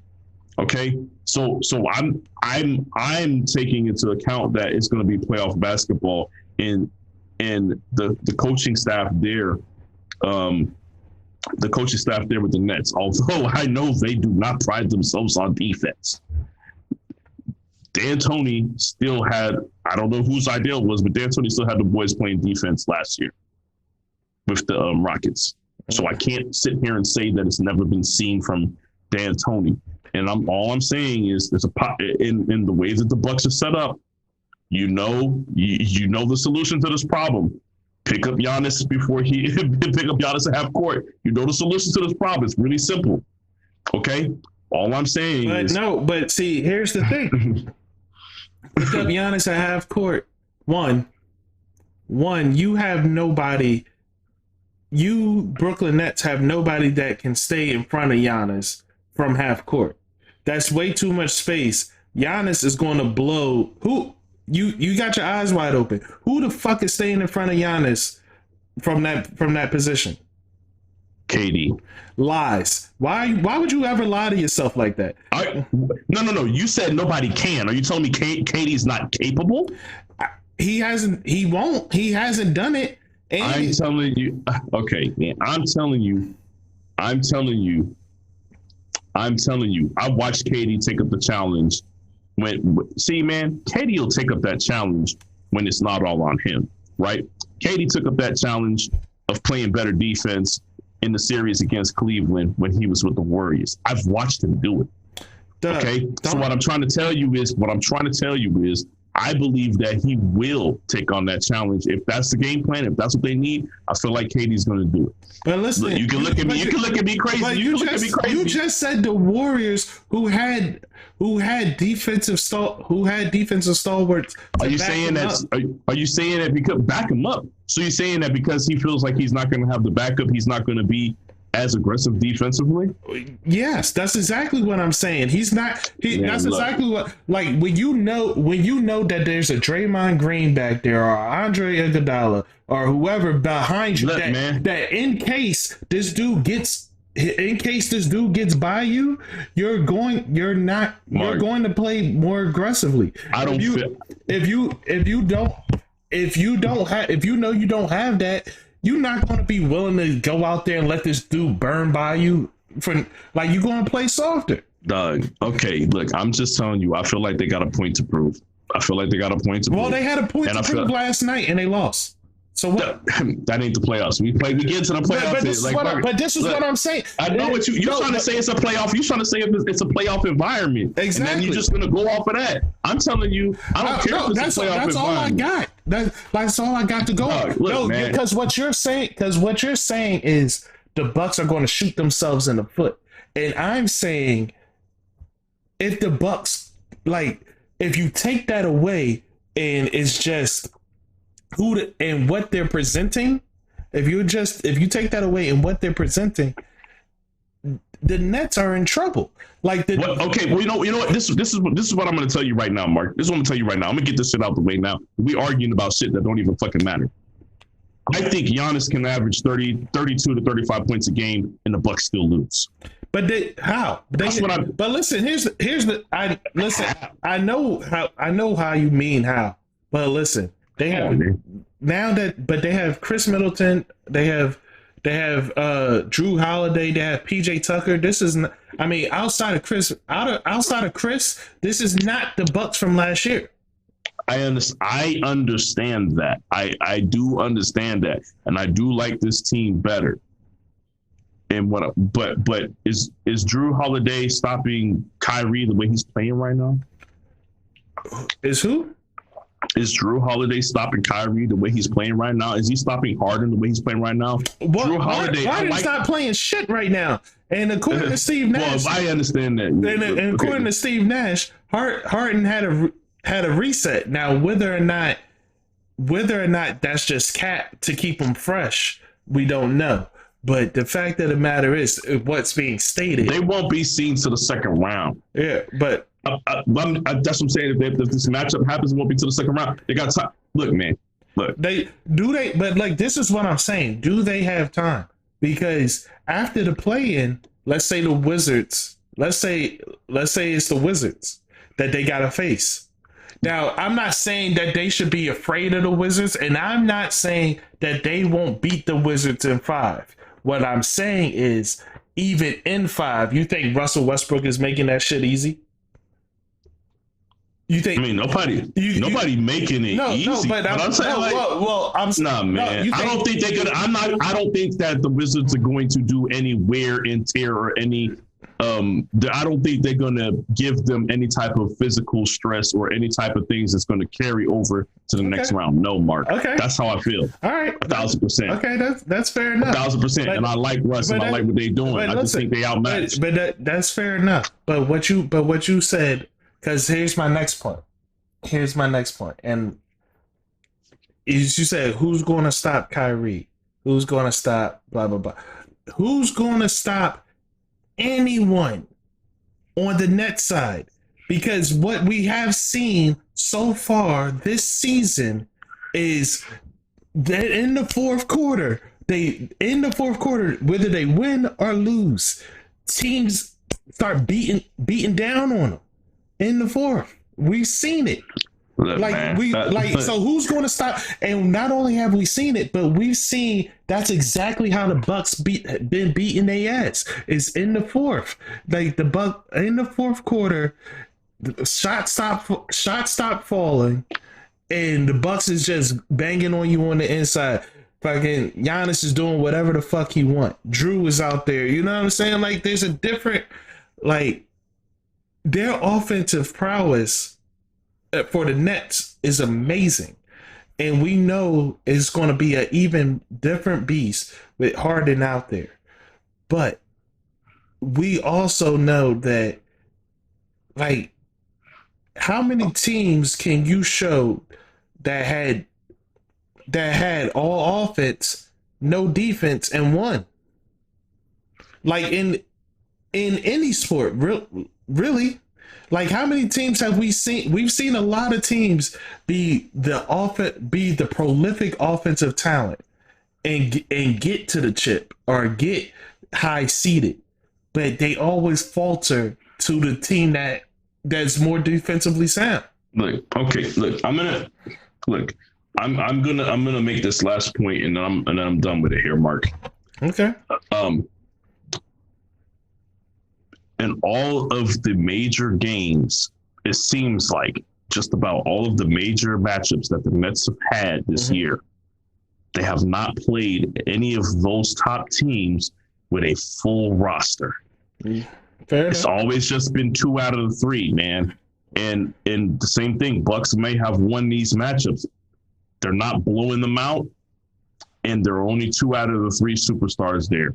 What I'm trying to say is Kyrie's not taking any family birthdays off. You know what I'm saying? Like, he's not missing playoff games for this shit. Nobody's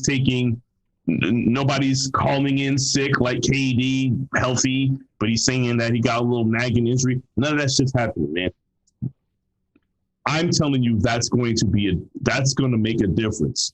And I'm telling you, the level of basketball that we've seen from the Nets during a regular season is not the maximum potential. And I feel like we will see the maximum potential in the playoffs. And I believe that, yes, where you can let these guys just go out and play. I feel like there's going to be a little bit more coaching on the Nets side once the playoffs start. And I'm telling you right now, Mark, I personally believe, maybe I don't have shit to back it up, but I personally believe that KD, you're going to see some inspired defense from KD and from Kyrie. And I think the person that is going to be encouraging them to do so is going to be James Harden. Okay. Well, listen. That sounds crazy, but that's where I'm going with it, Mark. Listen, that's great, but I'm going to point this out. Last time I saw all three of them on the court together, they was taking L's to Cleveland. That's a low blow, dog. They just got put together, dog. That's terrible, Mark. That's a terrible point, man. You filthy, dog. If you don't like the Nets, just say that. If you don't like the Nets, just say that. Hey, it's not. Hey, it's the truth.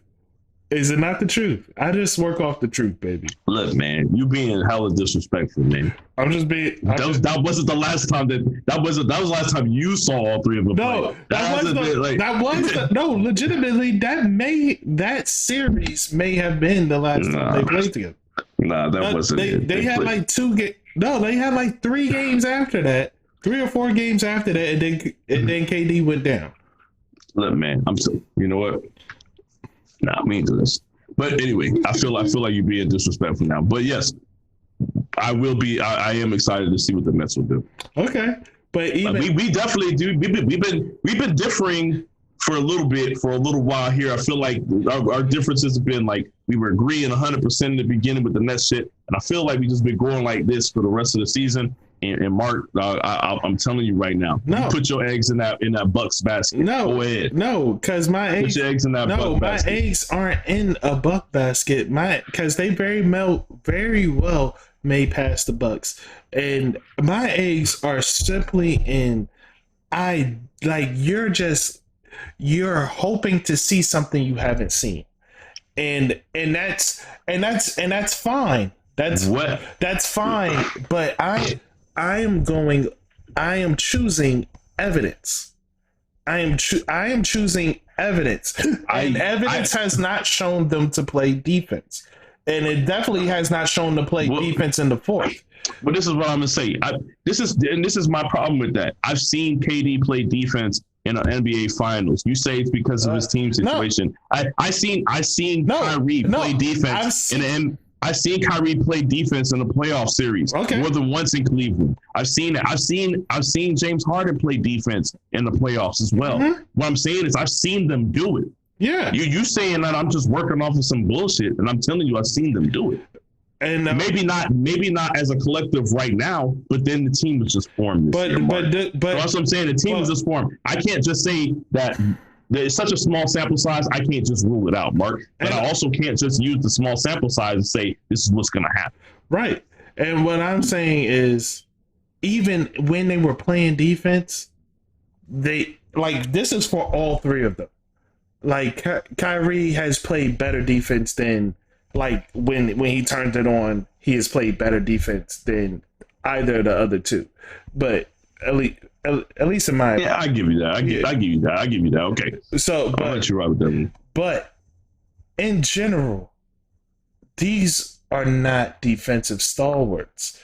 Like, so, and when they're not okay, and so when you're dependent on, and we know that the other two starters can't play defense at all. So when you're dependent on 3 guys who, when they turn it on, they're decent to okay to play the lockdown defense that's needed, it's a little different. I mean, I got a question. Is Jeff Green not on this team?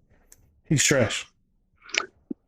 He's been trashed this all this season. Is he worse defensively than Kyrie? I'm trying to figure out who's like. Come on, man! You just said that these guys are trash defensively, but now you're telling me that Jeff Green, who's better defensively? Listen, you know what? I feel okay. We just here now, Mark. We here now. You just not gonna give them shit. Who said I'm not gonna give them shit? You're not giving them nothing, dog. I'm not saying that because I am not saying that legitimately because the Nets are offensively talented and their offense like is a lot to deal with. But at the end of the we're not even talking about NBA finals. We just talk about is their offense enough to get out of the second round? It is. Yeah, but I think their offense, at the same time that their offense is good enough to get out the second round. Can you guarantee it? Based on what you've seen, can you guarantee? I can guarantee that against the Bucks. Okay, you're guaranteeing, so basically you're guaranteeing the Bucks will still be the Bucks. Like, essentially what you're doing right now is what I do with Paul George. I guarantee Paul George at the end of the day is always going to be Paul George, regardless of what he shows you in the regular season. Look, in the playoffs, he's always going to be Paul George, and that's exactly what you're saying for the Bucks. Look, man, I'm going to say this: is Giannis. Has Giannis been known to step up in the playoffs? Has he been known to step up in the playoffs? They lost a game 7 last year. Like, I can't be mad at that. I'm asking you, has he been known to step up in a play? Don't play with me, Mark. Okay, now you don't even have to answer that. The fact that you couldn't give me a straight answer is enough. Is Mike Budenholzer still the coach? You can't have your head coach and your star players be questionable like that. What are you talking about? But last year, they were Giannis, Chris Middleton. That's it. Can you say that for this team? Look, man. Look. Can you say this year? Can you say this Bucks team is the exact same team that was there last year? I could say no, but I could tell you if they got all these additions, it's supposed to be making them better. They haven't looked as impressive this year as they've looked in the past 2 seasons. So what does that say, Mark? Hey, but no, listen, legitimately early in the season they weren't very good. And they've turned it on later in the season. They have. So they're peaking at the right time. Boy, you're giving them a lot of credit. How am I? And you're giving the Nets a lot of credit defensively. You know what? That's fine. I guess we just gonna stand on 2 sides of the fence, man. I can't wait till I see this shit, man. I can't wait. Listen, because I don't want anyone to take what I'm saying as if I'm like, oh, the Nets have no shot. Hell, no, you're doing the same thing I'm doing.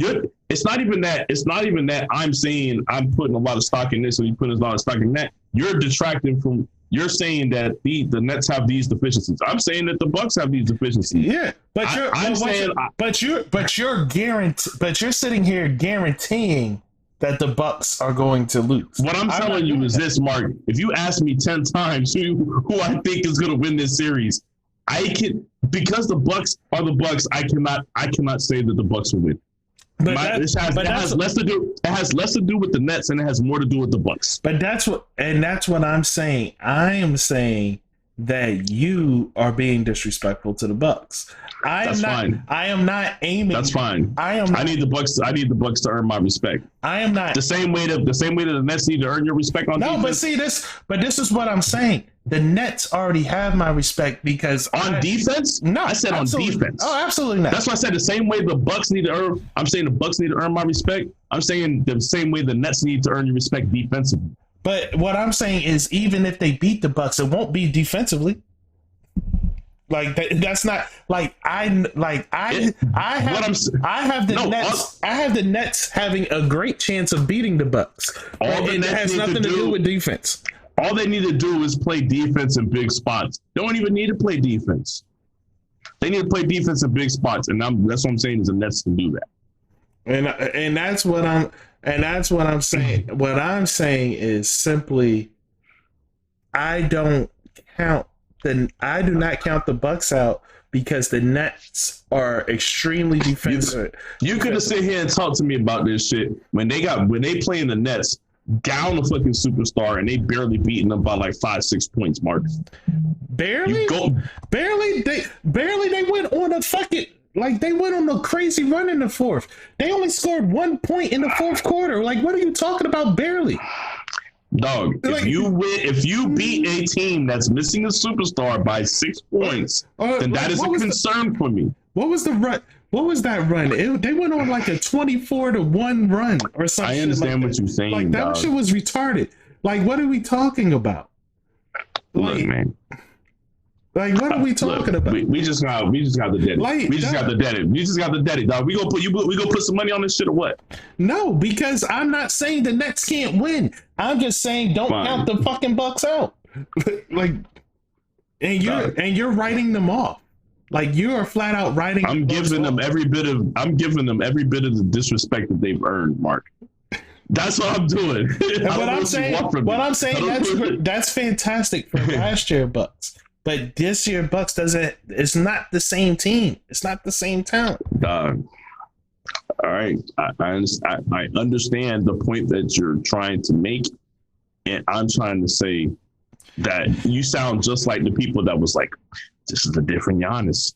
He's knocking down threes. You sound like you slipping into that category. Oh no, I don't believe in it. Look, I don't believe in Giannis that way. Like I just mentioned that's what he did in this last couple games, because it is a point to bring up that this is what he did. And maybe this is what he did because there's no defense in front of him to fucking pressure him to not make the shot. Like, so this is what I'm saying. Like, so these are basketball. These are the points that I got to bring up. And they're already in the playoff environment. Mark, you know what I don't like? We're not talking about game 20. You know what I don't like about the playoff environment right now. You know what I don't like about your weak ass argument? You bringing up names that ain't even superstars. PJ Tucker, Drew Holiday. You bringing up guys that ain't even superstars. Okay. You know what? Go rely on PJ Tucker then. Okay. Go ahead. Okay. You tell me that PJ Tucker is making all the difference in the world. Tell me that. Remember Tayshaun Prince? They still gonna have Brook Lopez shooting 3-pointers? Do you remember? All right then. Do you remember Tayshaun Prince? What the fuck do you mean? Mark, you know what? You better end this shit right now. You better end this shit right now, Doug. We are not doing that. That's what I won't let you do. We're not about to do what? You're not going to invoke the name of Tayshaun Prince when referencing PJ Tucker. No. You're not going to do that, Mark. I'm going to need you to shut everything down right now, bro. Everything shut down right now. You might as well just go jump in the casket and kill yourself, bro. No, I'm just Mark. Be very careful of what you say after those words. I'll let you finish. Go ahead. Tayshaun Prince, what? I'm just saying, before the Pistons beat the Lakers, everybody was like, what they going to do? Who? Tayshaun Prince, who? Rick Hamilton, who? Chauncey Billups, who? This, that, and third, who? That's all I'm saying. That's all I'm saying, dog. Mark, I'm gonna let you know how much of a despicable human being you are, dog. You are trying to call the Bucks. You try to call the Bucks the Pistons, bro. No, I'm not. I'm just no. You, Mark. I'm just. You know what you're doing. No, you know what you're doing here, Mark. You're trying to invoke a likeness or some type of relation of the two teams, and there is none. Don't do that.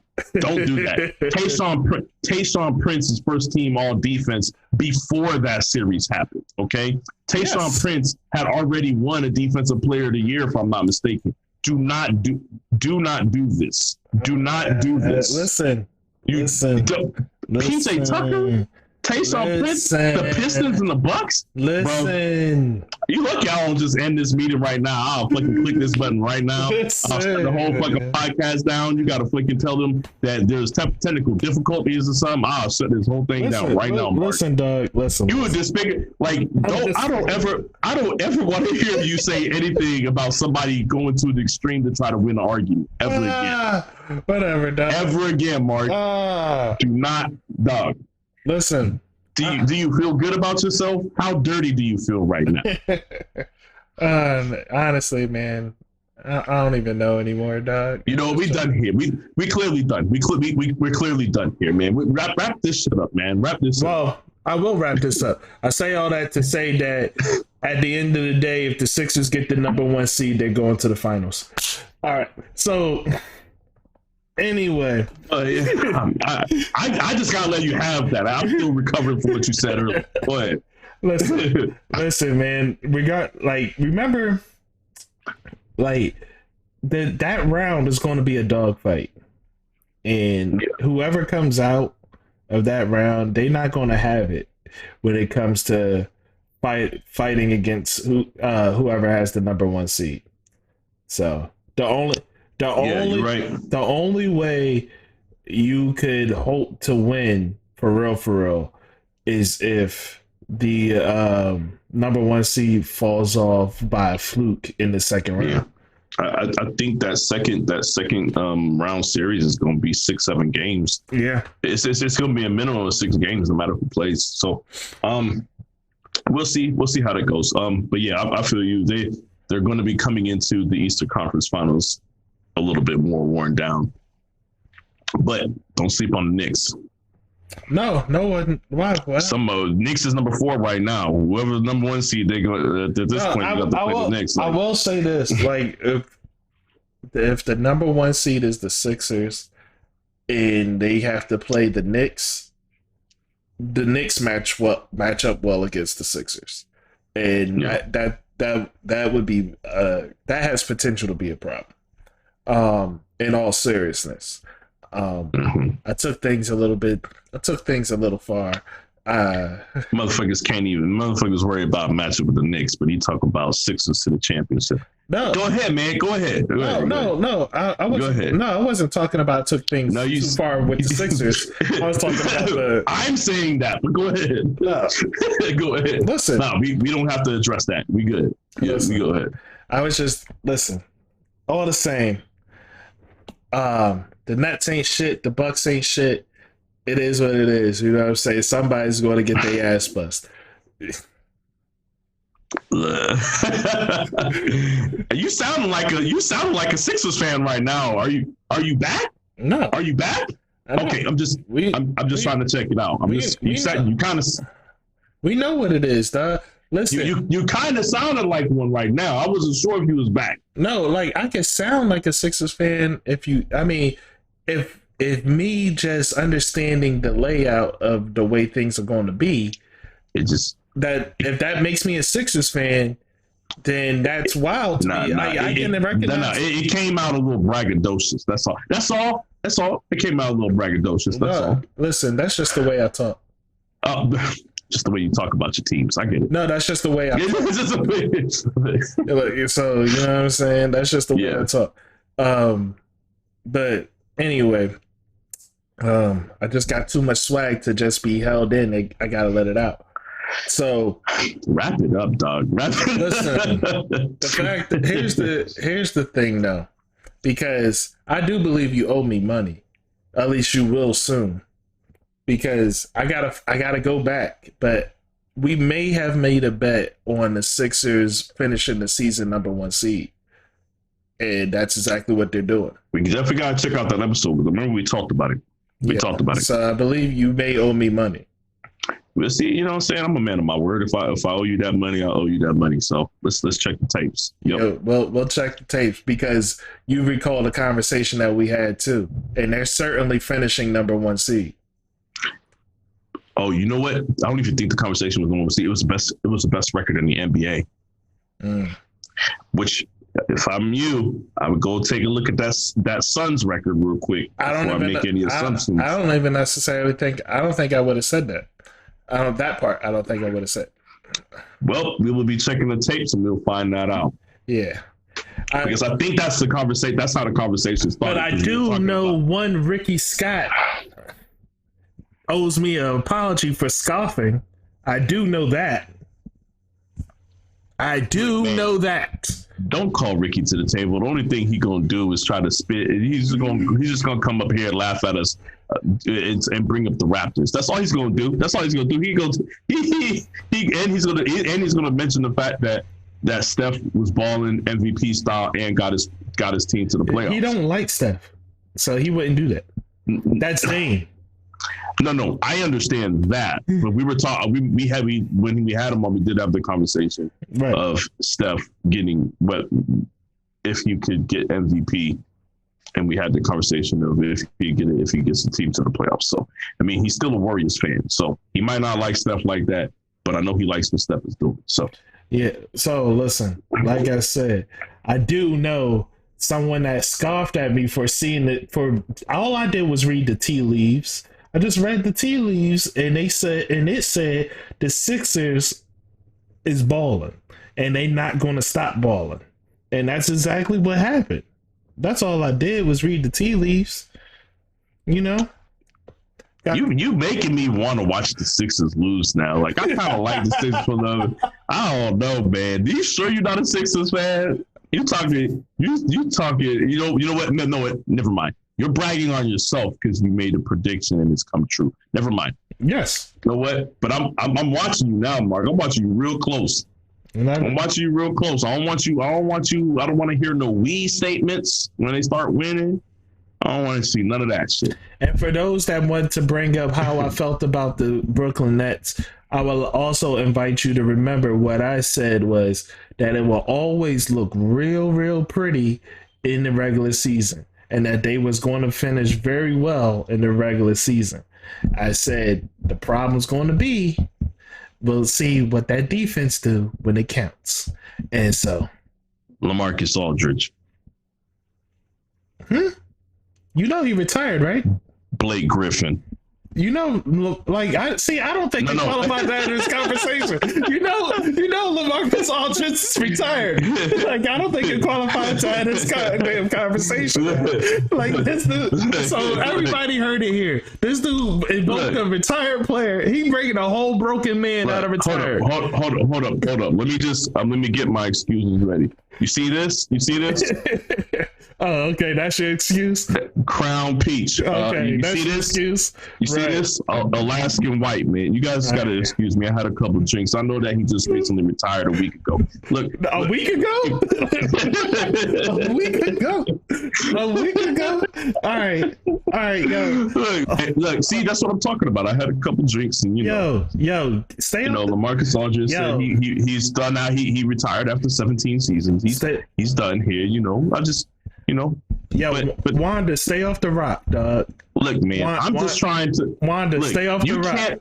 You can't excuse. You wildin', dog. Where's Leon? Where's Leon at? You need, Mark. You need a detox. Mark, this is the thing that killed me about it, though. You're allowed to bring up Tayshaun Prince in a PJ Tucker comparison, right? It's a comparison. But I'm not allowed to reach. I'm not allowed to reach for somebody that might be able to play defense. Because he's not on the Nets. Maybe he comes back, Mark. You don't know what's going through that man's mind. You don't know what the hell he's trying to do. Right. You know what? Never mind. Look, man, I'm reaching. I'm reaching here to say that maybe somebody on the Nets can step up defense. You reaching for a lifeboat because you don't know shit about what you're talking about. You was reaching when you said that. I don't give a fuck what I said. I didn't invoke no retired players. I know that.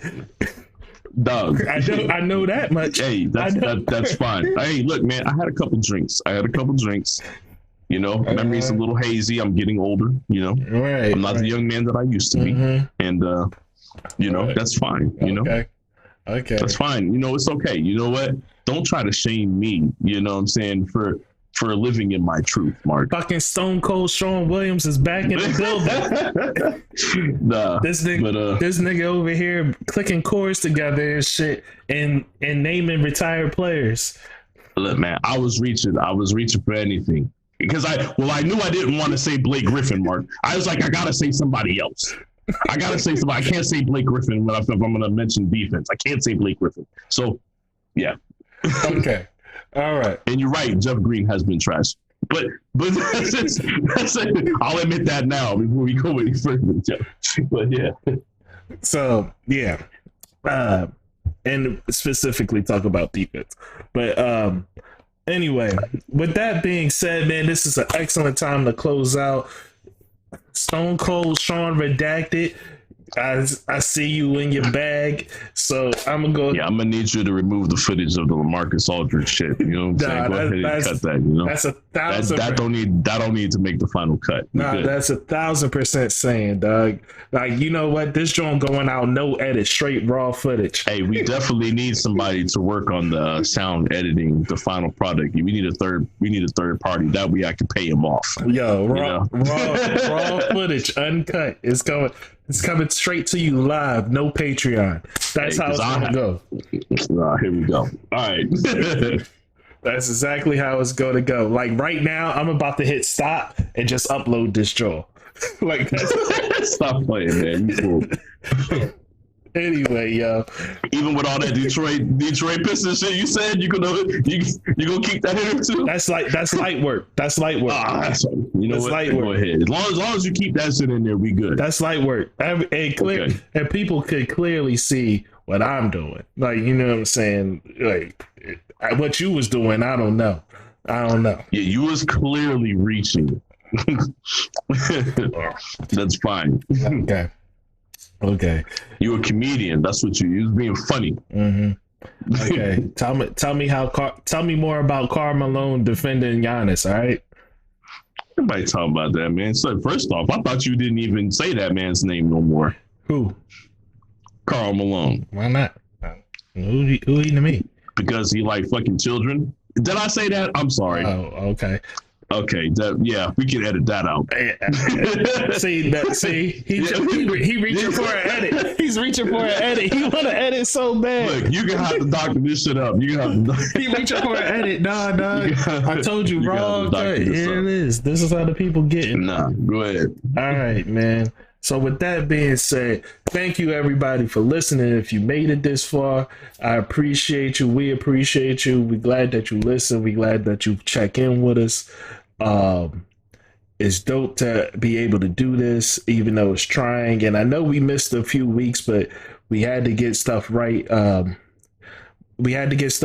You know, within the family. So things are what they are. But hopefully we could bring back that consistency and that joy back to this podcast. It seems like we already starting on the right foot with this one right here, because this was a live one, and I'm glad that we was able to do this for y'all. So with that being said, Robert, you being called to the table. You need to save your nephew or your cousin, because your man is over here wilding. So you need to save him, and you have to answer for your Russ hate. So it's going to be a long day for you. And then, and next up, I just got to say, listen, man, like, subscribe, all that nonsense. So you know how it is. And please be cool with us so we could be cool with y'all. So it is what it is, man. And with that, we're going to sign up. Peace. Hey, later, dog. We're going to talk about this money in a minute.